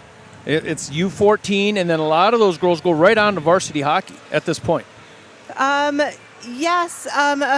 A few years ago, we used to have girls varsity and girls JV, both league teams.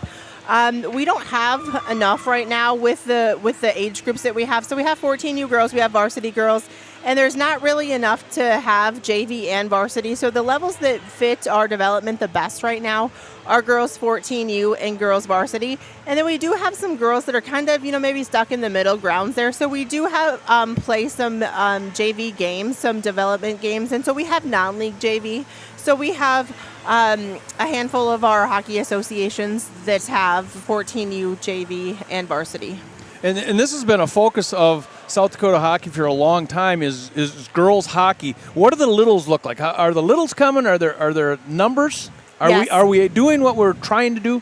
We are, yes. The little numbers are great. What's today? I can't even remember what day it is because we've had so much hockey Saturday. I thought it was Saturday yesterday, but today is Saturday. Yes. Yeah, John was setting his clock forward yesterday already, but that's all right. Anyway. So today is actually one of the National Try Hockey for Free days. So there's one that they have in the fall and one that they have in the spring. And they moved it a little later this year to kind of coincide with the Olympics because generally on Olympic years, we see a lot of growth in hockey in the girls and the boys. And so that was today. And so we had a lot of associations that, they do Try Hockey for Free as a whole, but sometimes we have some groups that do girls only because they know that they can target them. And we have a lot of little girls. So we love those 6 and 8U girls that are starting to pop up in all of these programs.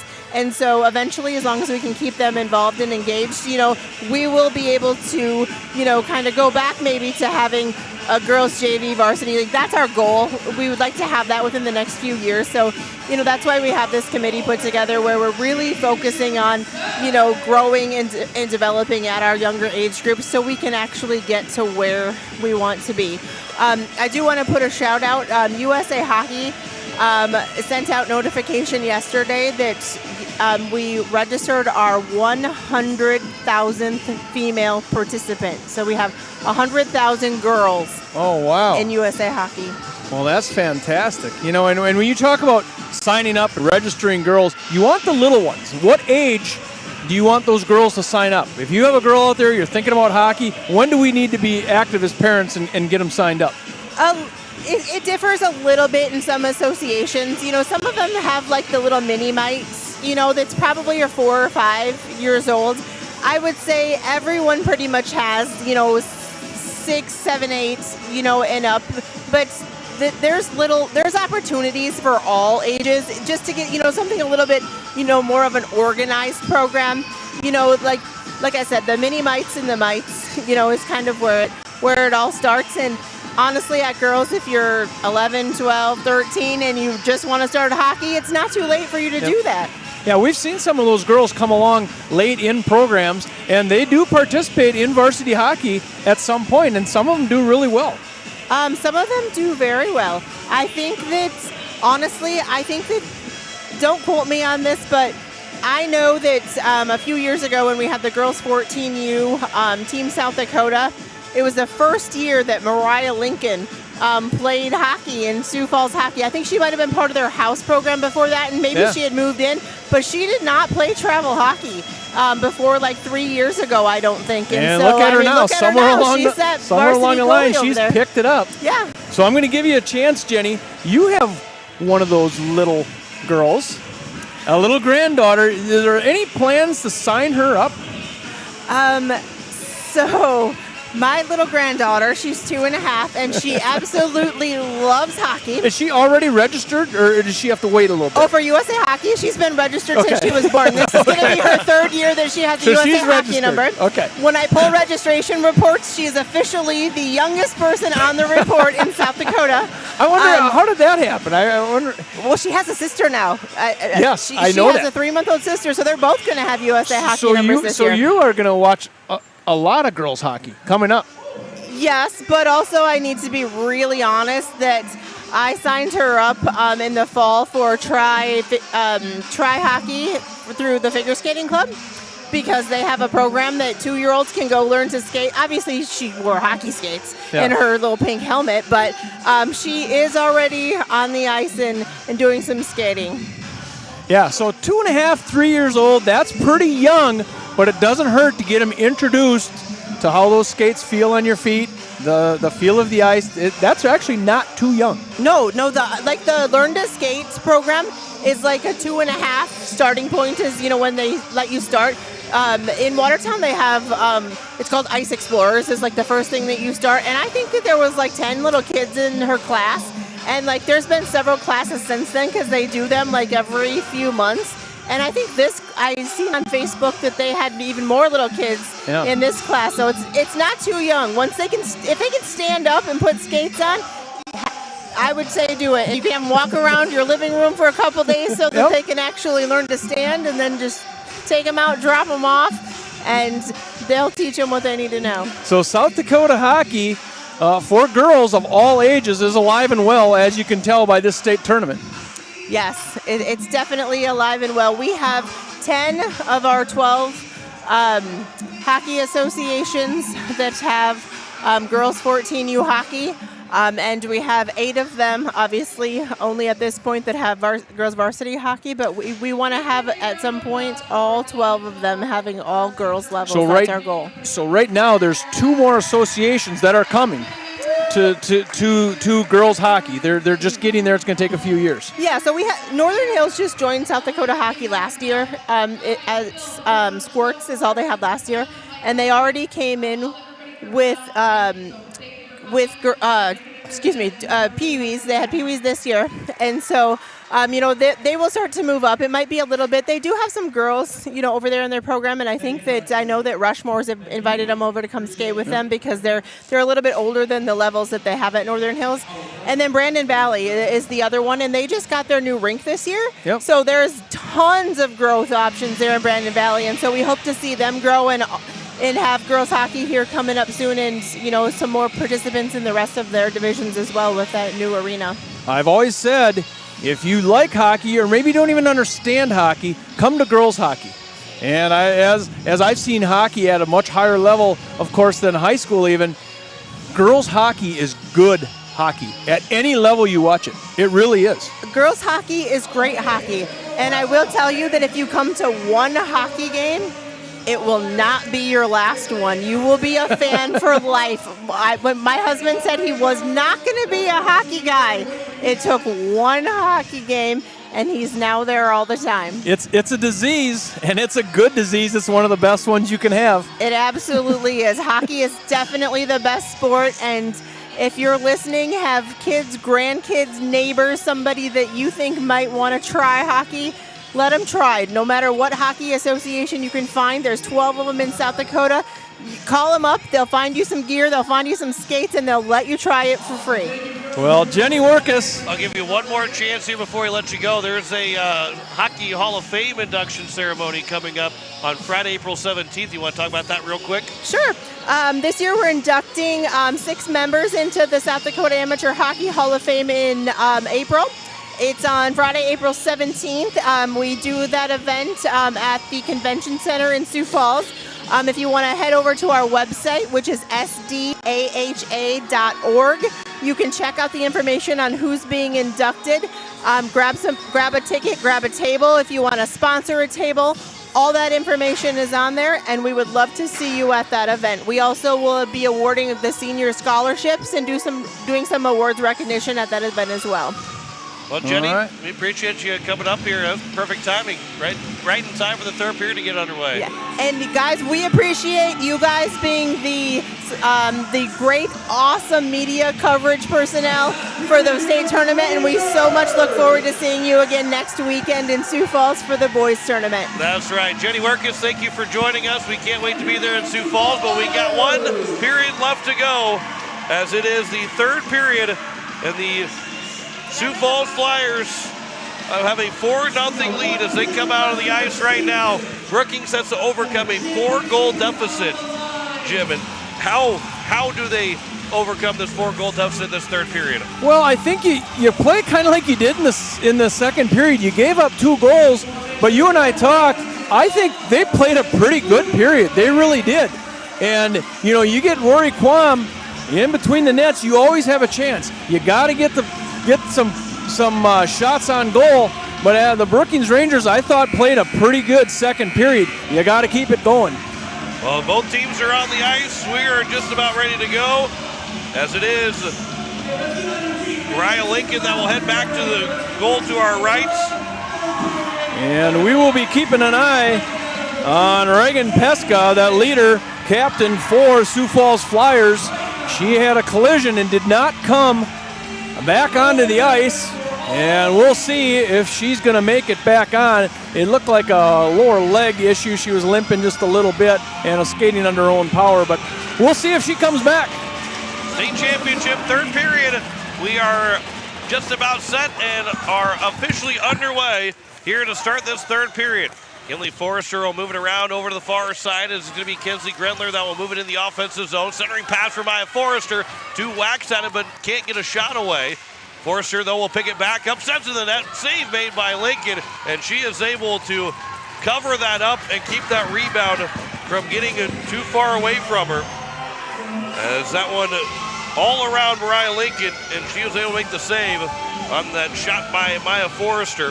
Again, look at the job of Mariah Lincoln. Getting the save, that puck right there, and she's going to find a way to cover it up and not allow anybody to get a rebound. As Jenny Orcus says, she hasn't played a lot of hockey. She was not in all the camps and so forth that a lot of these other girls were. Here's Kenzie Grendler with a shot and a save made up by the mass of Mariah Lincoln. It'll make its way down the ice. Emma Honner's got a chance for a partial break. Moves in, makes the move, but lost the puck.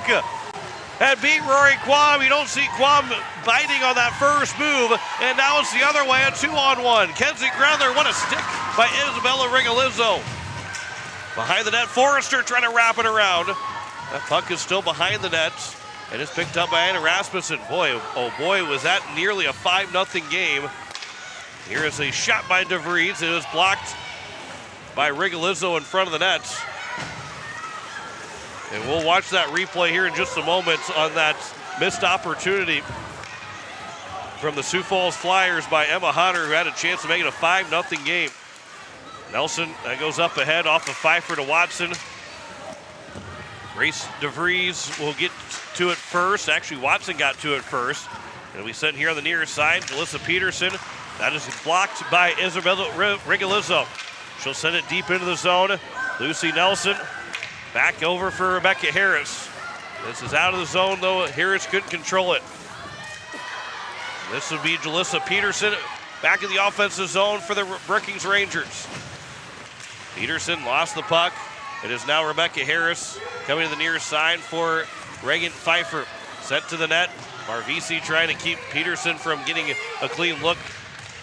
As this chipped out to the blue line, just out of the zone. As the Rangers have to tag back up. Allie Watson back has it again. She lost the handle of it, trying to back it into the zone. And from the red line, Melissa Peterson, Jordan Anderson will send it in. Rebecca Harris has it for the Flyers. She'll make a move around Anderson. And now it's Harris in. That will be a pass across for Hunter, miss. Back to the blue line, Aniston Murray. Get it back over for Hunter. Emma Hunter, she'll walk in. That shot goes wide of Rory Quam. Brooke Cruz, that's out of the zone. It won't go the length of the ice, as it's Hunter that will have it. Skates behind her own nets. Emma Hunter out of the zone. 3-on-3 into the zone. Hunter on her back end. Tried to cut to her forehand, and it stayed on the back end and went wide of the nets. Aniston Murray trying to back in and shot a blind shot, but it was blocked. And now it's Brooke Cruz. Cruz into the offensive zone. 13:55 left to go here in the third period. The Rangers need 4. They need to outscore the Flyers by 4 in this third period. Here's Grendler backhand, tried to shovel that one in. It went wide of Mariah Lincoln. Here it's going to be flipped down the ice, and this will roll on edge all the way down, and we get a whistle with an icing. Let's go back, watch this play here from Emma Hunter. Rory Quam, she thought Hunter was going to make that move, and the wide open net, and Hunter had no chance after it went off of her stick. What a wild sequence, and it turned into a 2-on-1 the other way for the Rangers. Here's Rebecca Harris behind the net. Kenzie Grendler will put her to the boards. Anna Rasmussen trying to find the handle of it. And now it'll come here to the near side for Reagan Pfeiffer. Up ahead, Rigolizzo will grab it here for the Flyers. Isabella Rigolizzo moves into the offensive zone now for Pfeiffer, and she scores! Reagan Pfeiffer makes it 5-0. And it's all Sioux Falls. And Pfeiffer beats Quam clean to the blocker side. Her first goal of the state tournament at 15 goals during the regular season. And it's a 5-0 lead with 13:10 to go here in the third period. And you can see the strength of this Sioux Falls team as they seem to have another gear here in this third period. It's 5-0 here at the Mitchell Activity Center. As it is Pfeiffer from Rigolizzo. Alyssa Peterson. It is now Grace DeVries back over for Graciana Peterson. Make that Emily Meyer, excuse me. And we come up ahead with 12:50 left to go here in the third. All of a sudden, it's a 1 goal away here for the Flyers, and we have run time in the state championship. Brianna Marvisi, that pass would be tipped by Black. Now it's Emma Hunter with it. It is now, that will move in, and Quam's able to cover it for a moment. Hunter poked it away. You can see how talented and skilled Emma Hunter is as she is weaving through this Brookings Rangers defense. Faceoff will be to the right of Quam with 12:34 left to go.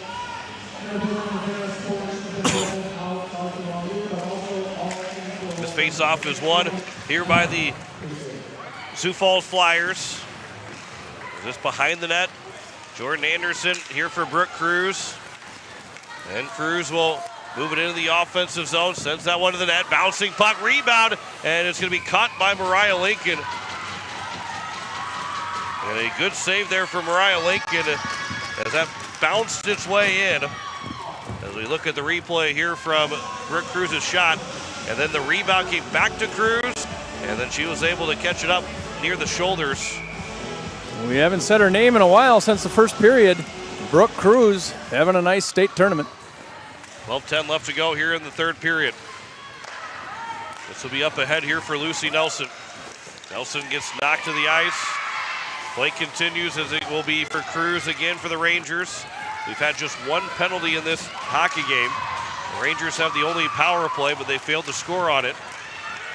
Reagan Pfeiffer will move it in the offensive zone. Pass over for Nelson. A little touch pass for Watson. Stick lift, then Anderson knocks down Watson. It'll be Marvisi that will hold it in. The pass goes right back to Marvisi as they turned it over to the Rangers, but Marvisi can't get a shot away. Now it is Lily Gora. Gora carries it in. That pass, that shot was blocked. A couple players fall into the ice. Jordan Anderson slow to get up. As the puck will make its way around here behind the net. Graciana Peterson will grab it. Anderson will send it down the ice.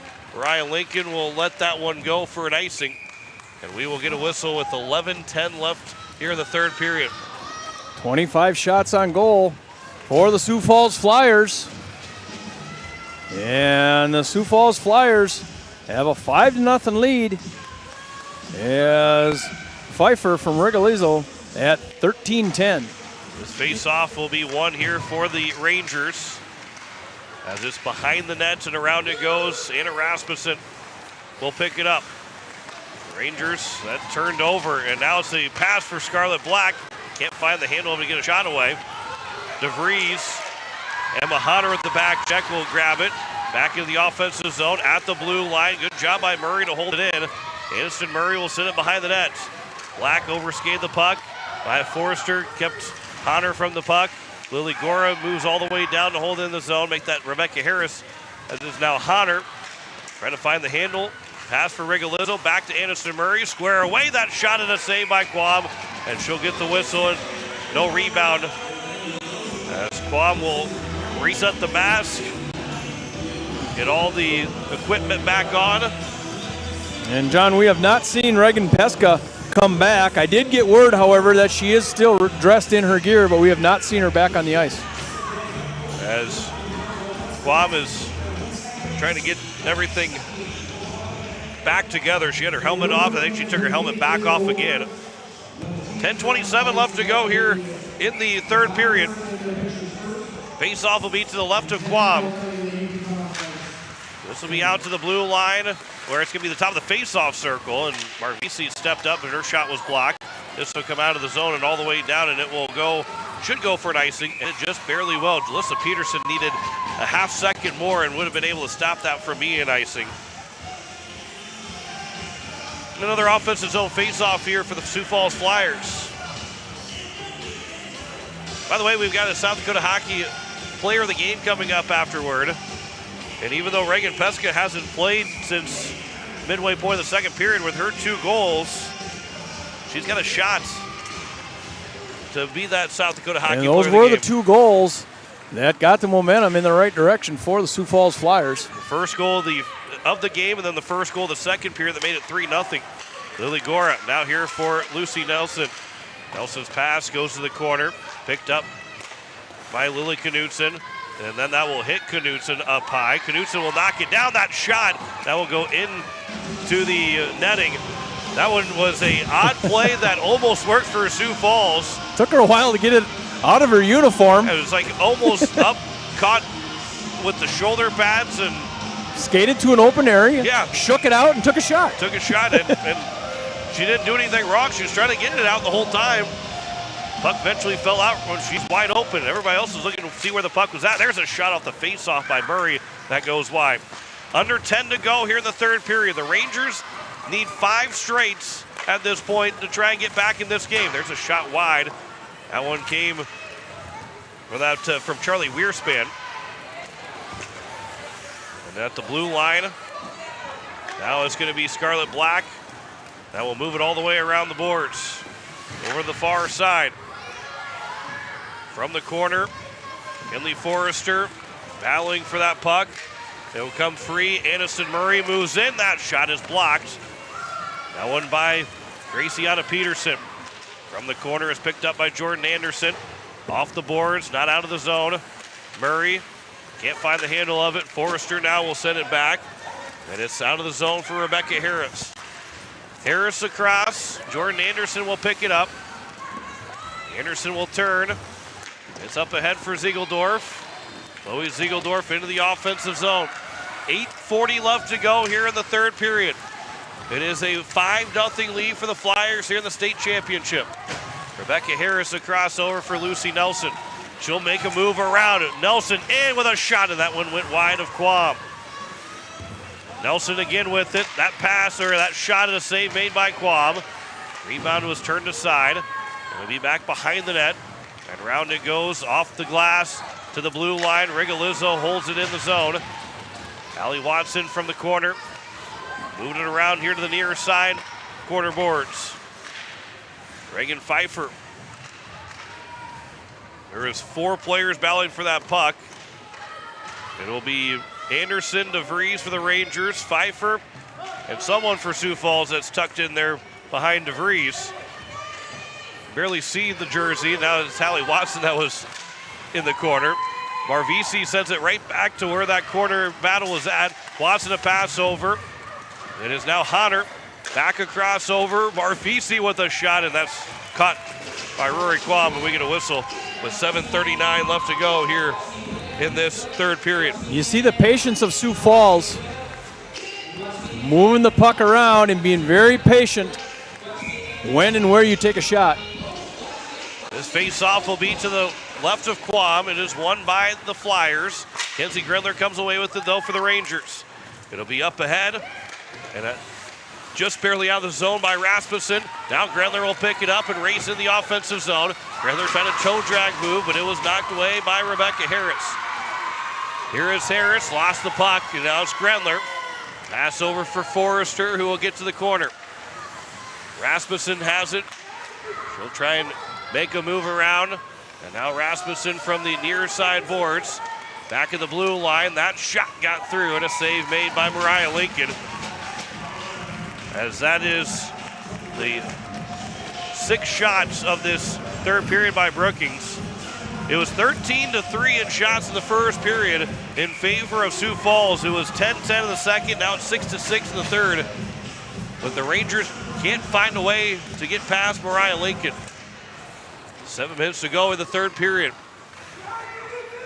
Here's a puck that's over on that far side. It is Sawyer Triplett. That will send it over as it will get to Mariah Lincoln, and she'll send it to the corner. Sawyer Triplett again trying to find the handle along with Jalissa Peterson. Ava Colley will turn back around. And it's now going to be picked up by Evelyn Berg. Over Hallie Watson, 2-on-1. Lucy Nelson and Reagan Pfeiffer. Nelson has it this time. Nelson with a shot looking for a rebound off the pad of Quam. And Pfeiffer was too deep from that rebound chance.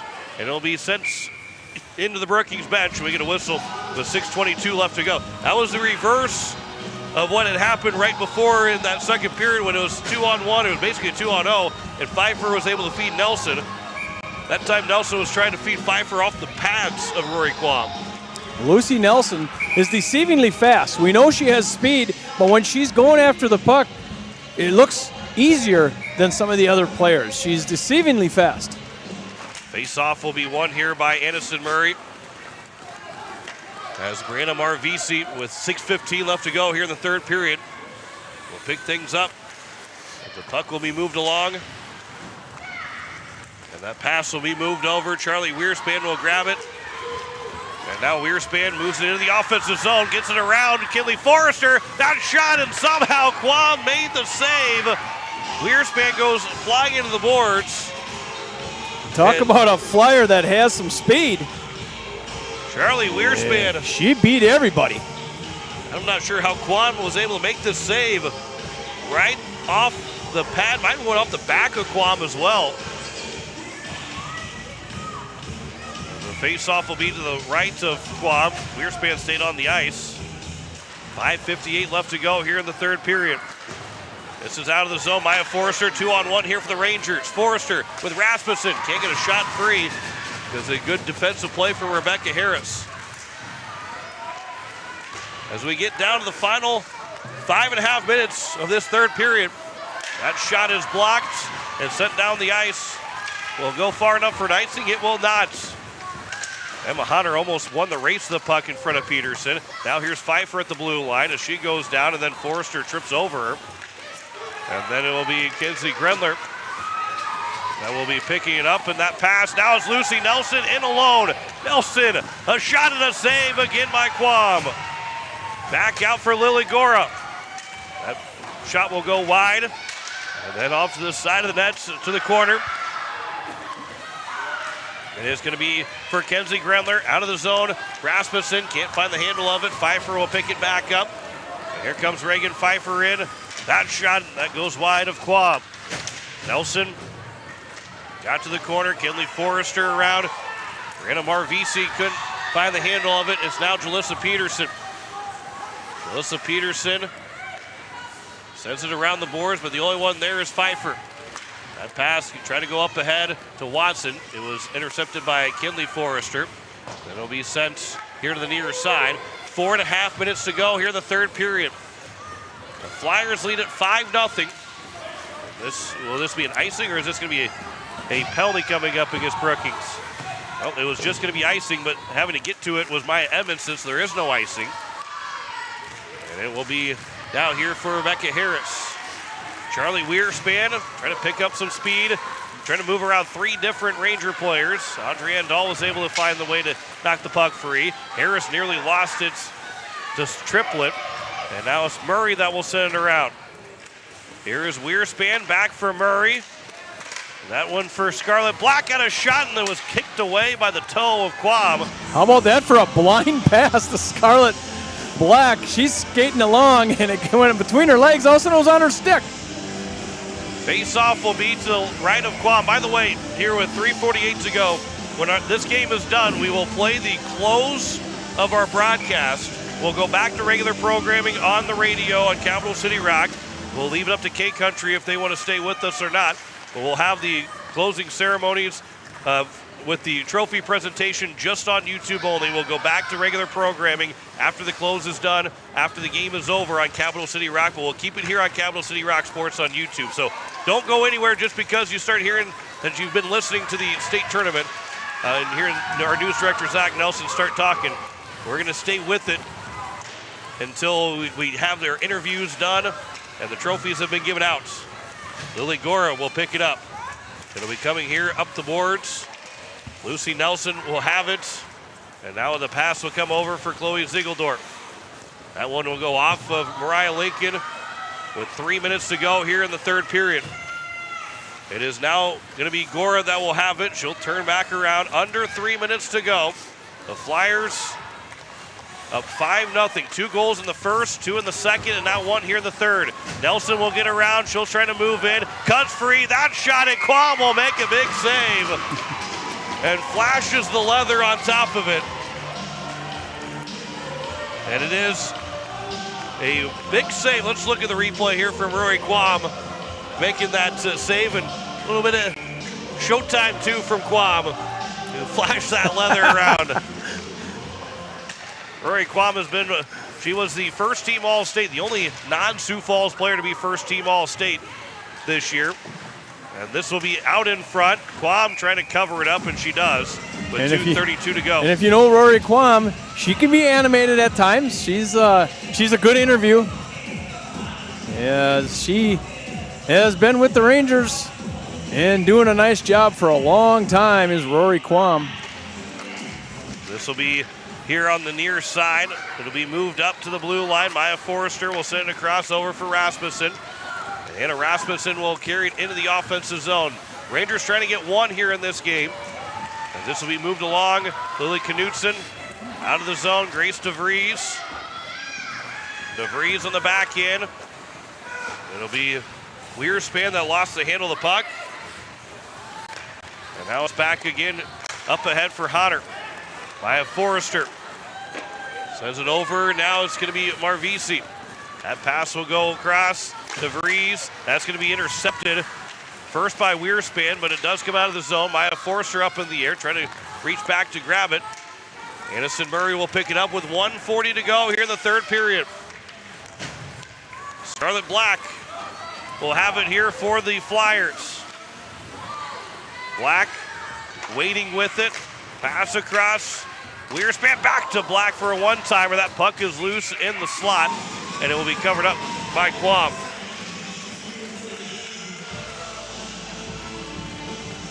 .127 left to go here in the third period.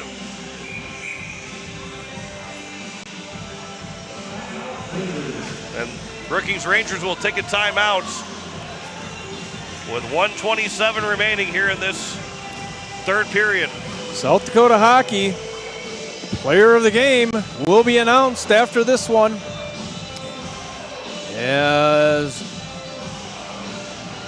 we're going to take a break here just for a little bit from the action as we have a timeout on the ice. And John, the Sioux Falls Flyers have been strong. They've been very strong.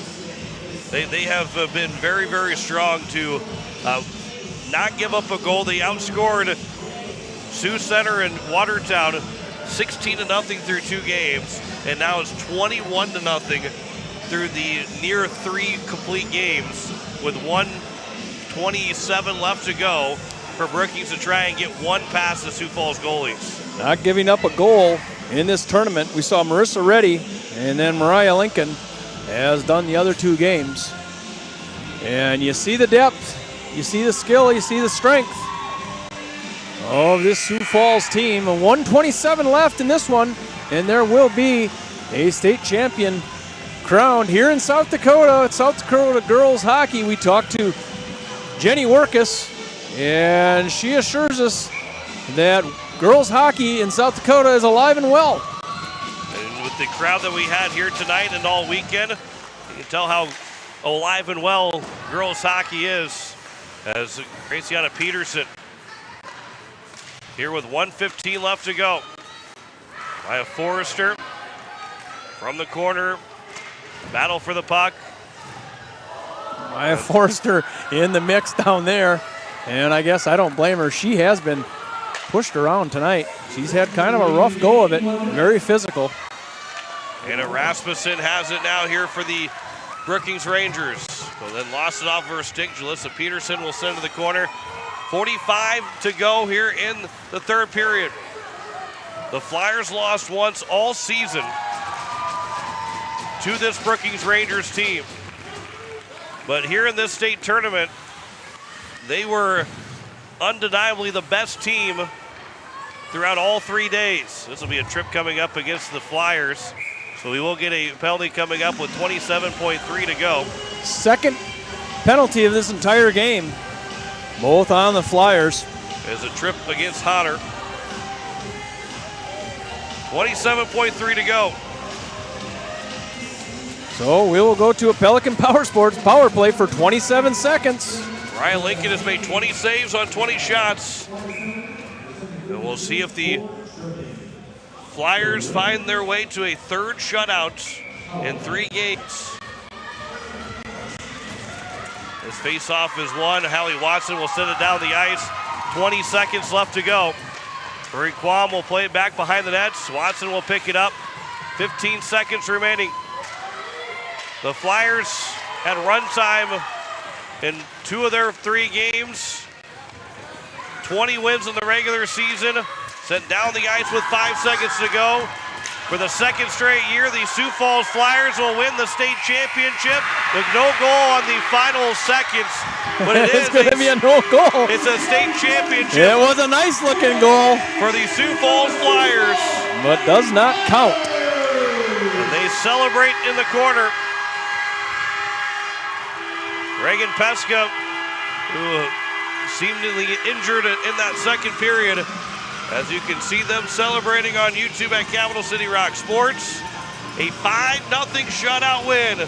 State champions for the Sioux Falls Flyers here for 2026. We will step aside. We'll play the close here on Capital City Rock. We'll come right back. We'll go back to regular programming on Capital City Rock, but we'll come back here on YouTube only and have the trophy presentation coming up. You've been listening to the state tournament on Capital City Rock and on King Country 102.3. The state varsity hockey tournament on Capital City Rock and on YouTube at Capital City Rock Sports, presented by the South Dakota Amateur Hockey Association. The state hockey tournament is brought to you by Zander Auto Parts, the Aberdeen Chamber, Wagner Auto, Allied Plumbing and Heating, Weatherall, The Field House, Bauman Lumber, DJ's Cenex, Stulkin Peterson LLP, Capital City Ford, Lincoln and Toyota, River Bottom Sanitation, First United Methodist Church, Hermanson Endodontics, Envirotech, Lake Area Technical College, Leisure Palace, May Adam, Pelican Power Sports, and First Dakota National Bank. Join us all weekend for more state tournament hockey action on Capital City Rock and on YouTube at Capital City Rock Sports. This has been a special presentation of Riverfront Broadcasting, Central South Dakota's sports leader. And our first place champions, the Sioux Falls Lady Flyers!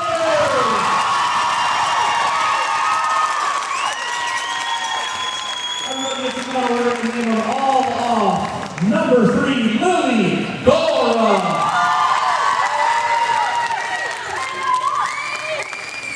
Number 7, Lucy Nelson. Number 9, Allie Ewald. Number 14, Rebecca Harris. Number 10, Marissa Reddy. Number 15, Alexandria Wilson. My apologies. Number 16, Aniston Murray. Number 18, Evelyn Bird. Number 22, Liliana Knudsen. Number 26, Callie Peterson.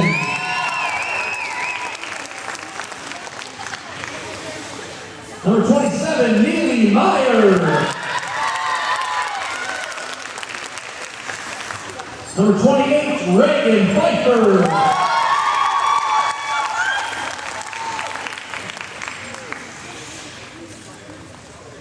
Number 34, Reagan. Sorry. Number 34, Reagan Pesca. Number 30, goalie, Mariah Lincoln.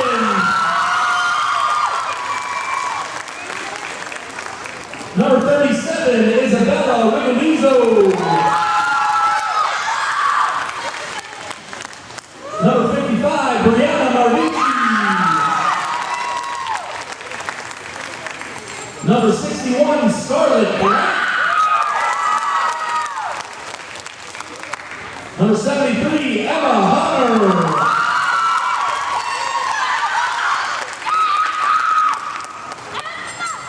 Number 74, Charlie Wurspan. Number 92, Hallie Watson.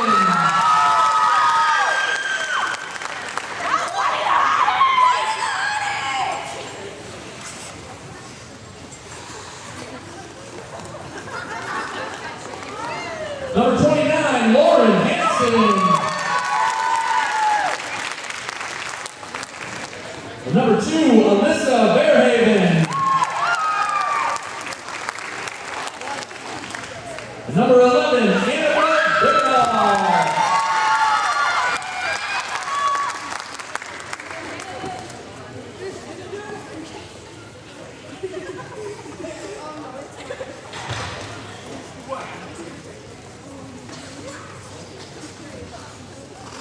All right, our coaches, head coach Brady.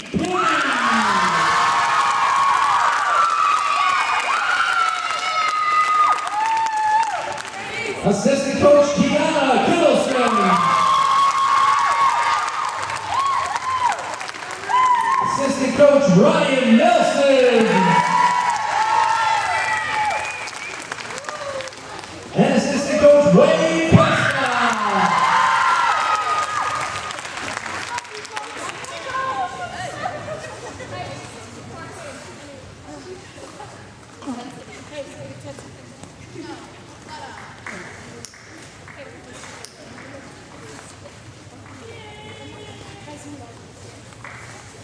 All right, for your first place trophy, can the captains please come and accept this trophy?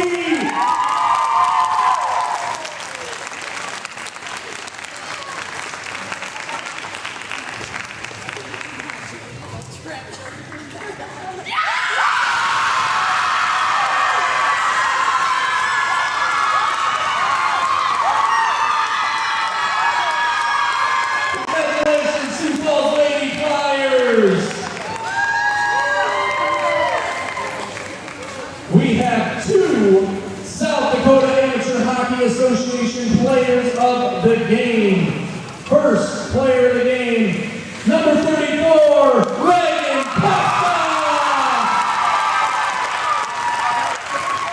And the second player of the game, number 30, Mariah Lincoln!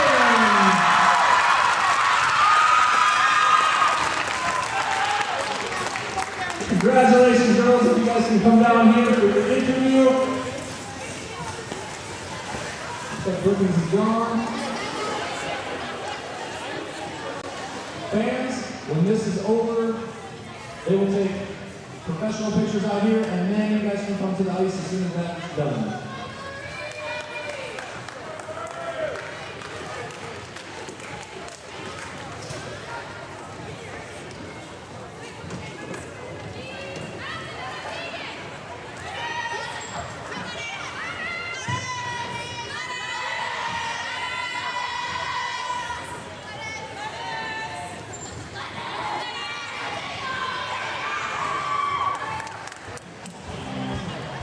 All right, we're going to get the headsets on here for both Reagan Pesca and Mariah Lincoln, as we'll see if we got enough if we have enough slack to get the headsets on. We don't got much for them to both be able to. There we go. All right. Both girls, can you hear me? Give me a thumbs up if you can both hear me. All right, there we go. So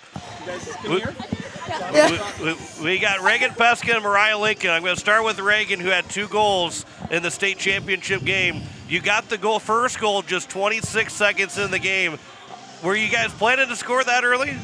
No, but we came out ready. I think we were really confident going in, and I just happened to go in. We had a really good ozone time, and so I just went in. You got that second goal of the game. Talk about scoring that second goal and to get that 3-0 lead on Brookings. It was just another good team effort. Both my line mates got the assists, and that's kind of been our philosophy this year, is getting assists on every goal. So I'm just really glad that they were able to do that for me, and I was able to finish. Mariah, you had a 20-save shutout. You got to watch a couple goals go in early on. How much confidence does that give you, knowing that your team's already got a lead in front of you? It made me feel like I was really surrounded by a great team, and it did give me confidence, but I tried to keep my head in the game and not get ahead of myself. Reagan, you didn't finish the game on the ice. You don't have to tell me exactly what happened, but leg injury and hopefully nothing too serious, but you just couldn't kind of give it a go in that final period and a half? Yeah, no, my my inside of my knee just was given out. So, I'm still able to be on the bench, and that's all. I want to support my team the best I can. So. Well, Mariah, you and Marissa Reddy got 3 shutouts combined in this state tournament. No goals allowed from you two. That's an incredible run. How are you guys able to stop everything that came your way? I think a lot of it has to do with the team that's in front of us. They are super supportive, I guess.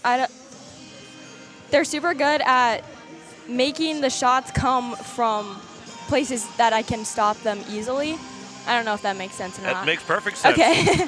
Reagan, talk about your goalies. Talk about Mariah here specifically, being able to have all these shutouts. And you guys can score just one and would have won 3 straight games, but you guys scored a lot of goals. But how nice is it to have these goalies behind you all the time? Oh, no, it's great. I think we're always confident, They have the best personalities, and we just need to do our part because we know that they're going to do theirs. And tonight and this whole tournament, basically, and also the last 10 games, we haven't had any goals scored on us. So, they've done their job really well. And we just couldn't be more proud. Well, it didn't take 5 overtimes to get this one down. You guys got to be tired, but not as tired as it was last year, right? Yeah. Yeah, I'm not cramping this time, so that's good. That's a good sign. Yeah. Well, you guys are back-to-back state champions. How does that sound? Really good. I agree. Yep. Well, let's hear from the teammates here real quick that are standing right there. Cheer. You guys have won back-to-back state championships. Congratulations, Reagan. Congratulations, Mariah. Go celebrate with your team. All right, thank you. Thank you. Yes, that is both Mariah Lincoln and Reagan Pesca, as they have both got the player of the game. We will talk to Brady Penny. We'll have him come up here and get our conversation with him for the second straight year as well, as this Sioux Falls Flyers team wins 5-0 over the Brookings Rangers in the state title game. And we will hear from Brady Penny coming up in just a moment, as we'll get him up here in I believe, Jim, these are yours. And we'll get Penny, Coach Penny, his headset when he comes. Oh, I guess he's going to take a few pictures, and we told him that we'd stay on the air for him. He's gonna get up here for us, so that'll be nice to talk to Coach Penny from the Sioux Falls Flyers. And just talking to him down there, he can't be more pleased with this group, how they stay together and act as one. And you can see that when we have the players of the game down here, that team doesn't go anywhere. They're glued to their teammates. And that's something that he said has been the magic this year on this team. They're bought into team. Every one of them on the team. Well, Reagan Pesca got 2 goals. Reagan Pfeiffer, Isabel Rigalizzo, and Lucy Nelson all scored to make this a 5-0 win. They won 9-0 and 7-0. Addison Murray finished with 4 goals in the state tournament. Emma Hunter had 3 goals. Reagan Pesca had 3 goals. Reagan Pfeiffer had a goal. Lucy Nelson with a goal. Hallie Watson had 3. And Lily Knutson had a goal. Neely Meyer had a goal. Brianna Marvisi had 2 goals. Rigalizzo finished with 2 goals. That is a lot of goals, not coming from just one player.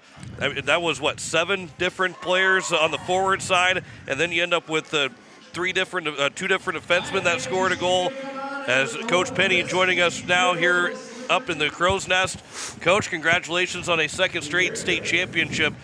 A little bit easier than a 5 overtime game, or a little bit lighter on the blood pressure in a non-5 overtime game. Yeah, I didn't quite lose my voice as bad this year. I was telling Jim we got you guys out of here a little bit earlier this year. So well, we appreciate that as we're getting to 9 o'clock. But take us. I mean, you guys 9-0, 7-0, and 5-0. You dominated this state tournament with 3 different shutouts. We talk about all the girls that scored. I think we end up saying 9 different girls scored in this state tournament. That's an incredible to be able to score that many goals and have shutouts from 2 different goalies. You did it from every single player on the ice this weekend. Yeah, and that's an emphasis, right, with our program is we can't have one person be the star, right? If we have one person that's trying to do everything, we're not going to be successful. The team's got to come first, and these girls have done a great job of doing that. They put the team ahead of everything, and they're willing to sacrifice, and they don't care who gets the credit. And as a coach, that's really easy. It makes life a lot easier on us, and we're super fortunate with the kids that we have, and we've got a great group of kids. Their parents are great. It's just all around, it's a great program, and I think these kids deserve so much credit for the people that they are, and just the amount of time and effort that they put into this entire season. Yeah, Coach, you talked a lot about team, and that goes a long ways. When the chips are down, you take a loss in the year, and you fall right back. It's team. Yeah. We were really fortunate to lose to Brookings right after Christmas this year because it gave us an opportunity to refocus on some things, and we kind of broke things down. We were able to focus on different ways of creating more offense, and we tried to get better defensively as well. And we did that for the last 2 months or so, and I think it probably paid off. Mm-hmm. Well, you have like all the girls teams in the States, you have some very young girls on this team, and you have some leaders and some older girls. Talk about that dynamic and how that all works in Sioux Falls. It's kind of crazy because I've been a part of other programs, and sometimes it doesn't work very well. And we've been lucky, right? And I think it's kind of become the norm now where these older girls, they were the young ones at some time, and they remember how the seniors treated them. And now it just kind of continues to go that way. And it's not weird for these older girls anymore to have the young kids in the locker room, and they're all really good about being appropriate and things like that. And so it's just been pretty easy, right? Because they're mature enough to handle it the right way, and these younger kids come into the program, and I would like to think that it's a good experience for them, and that's why they continue to play and develop. Well, in this game, you people might look at the score if they didn't watch the game. It's a 5-0 win, or even if they did watch the game, they might say, "Boy, Sioux Falls really handled Brookings," and just easy win for Sioux Falls Flyers. But that's a really good Brookings team that you guys beat 5-0. How are you able to maybe from the outside looking in make it look easy, because it was very tough, and you guys might play again here. You could play immediately again, and it could be a 2-1 game or a 1-0 game. How were you guys able to get a 5-0 win against Brookings tonight? Yeah, absolutely. That team always gives us a hard game. They bring so much effort against us every time, and we know it's never going to be easy. I think we got a good bounce early in the game, scoring right away, and it just started building momentum. And there were certainly opportunities where I thought we were probably going to give up a goal, and it's going to be a 1-1 game or 2-1 game. And Mariah, obviously getting a shutout was huge for us. She played really well today. She did a good job of making saves look easy, and I think we just continue to work, right? That's really about all I can say. We just took our opportunities when we got them, and we got, luckily we buried pucks. Reagan Pesca was one of our players of the game. She scored 2 goals in this state championship. She finished with 7 points overall, but midway point of the second period, she goes down with an injury and can't continue to skate on the ice, but stayed on the bench. How was she as a senior leader for you, not just throughout the entire season, but in this game when she knew that her best was not going to be good enough to be on the ice anymore for this team, it was going to help the team to not be on the ice? How good was she on the bench as a leader? She was awesome. We talked before the game about how, whatever your role ends up being during this game, just do it as well as you can. And for some people, it's being the best player in the game, and some players being the best teammate and cheering your teammates on and bringing that energy. And, we did not really expect Reagan Pesca to be one that was sitting on the bench and cheering, but she did great. She was standing up cheering for the girls just like, anybody else was. And so she could have taken that injury and, felt sorry for herself and all that stuff and moped, and she didn't. She was a great teammate, told the girls, like, hey, let's just keep working and let's finish this thing. Well, it's a two-peat. That's gotta feel good at this point. Yeah. As these girls, you've been with these girls. We look at this lineup, and some of these girls have been with you for a while. Yeah. They really have. You've seen these girls grow up. Yeah, it's kind of crazy to think about Reagan Pesca graduating. She's been with this program for a long time, and even the young ones that are still young, like Watson and Nelson, like they've been a part of this program forever. It seems like too. Yeah. And it is crazy to see these girls grow up. You got Harris graduating, and even we're still a pretty young team. We're going to look quite a bit different next year. We've got 6 graduating, and we usually lose a kid or two to a prep school or something like that, so who knows what we'll look like next year. But, it is crazy to see these kids for so long and have them be a part of this program for as long as they are, and now they're going on to be adults, right? It makes me feel old. Yeah, Hallie Watson was one of our players of the game, and we gave her a hard time when, when I remember when she was very small, and I said, remember when Coach dressed you up in too big of clothes and too big of skates, and he told you you're a varsity hockey player? Yeah, that was quite the process, right? It was weird because we thought, let's have her come practice and just see how it goes, and it quickly went from, okay, she's going to have to practice to like, oh, she might like get legitimate playing time. Yeah. So particularly for her, and she just works hard. She's a grinder, and she just will do kind of whatever's asked of her. And that goes a long way, and you've seen it, she's continued to get better. Yeah. And, she's one of the better skaters, prettier skaters that I've seen in South Dakota, and that helps her a lot, right? She's smaller than some kids, but it doesn't hold her back at all. Was it last year or maybe a couple years ago you had that fourth line with those girls, and you had a name for them? What did you call them? I don't remember. It was like the Littles or something. It was my mini line or whatever you called it. Something like that. Yeah.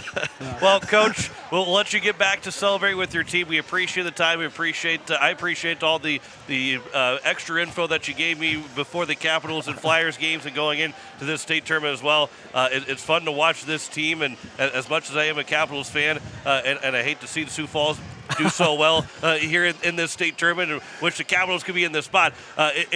You're a good coach. It is fun to watch the Sioux Falls team be so successful, and congratulations on another state championship. Well, thank you guys. Yeah. Coach Penny, thank you. Thank It's you. been fun. That is Coach Brady Penny of the Sioux Falls Flyers. They win the state championship for a second straight year as we start to wrap things up here for our state tournament coverage. And I say that with all due respect to Coach Penny and the Sioux Falls Flyers organization.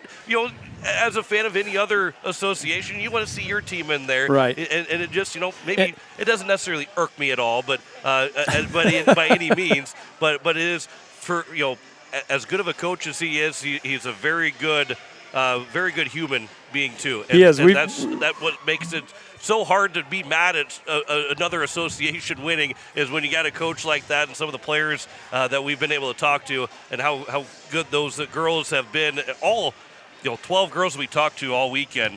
How good they were in their interviews, and how humble they were talking about their teammates, and how just good people they were talking to them in our players of the game interviews. Yeah, we've known Coach Penny a long time, and I've gotten to know him quite well, as he not only does a really good job with Sioux Falls girls hockey, but he has been a coach for Team South Dakota for years, and he's done wonders with Team South Dakota. He coached both my girls, and he's a good coach and a good person, and I'm not surprised that he has what he has here. I'm really not. Yeah, and this Sioux Falls team is very good, but they got to have the good coaching staff. And, Oh, and you absolutely. see all these coaches beat all these teams that are good.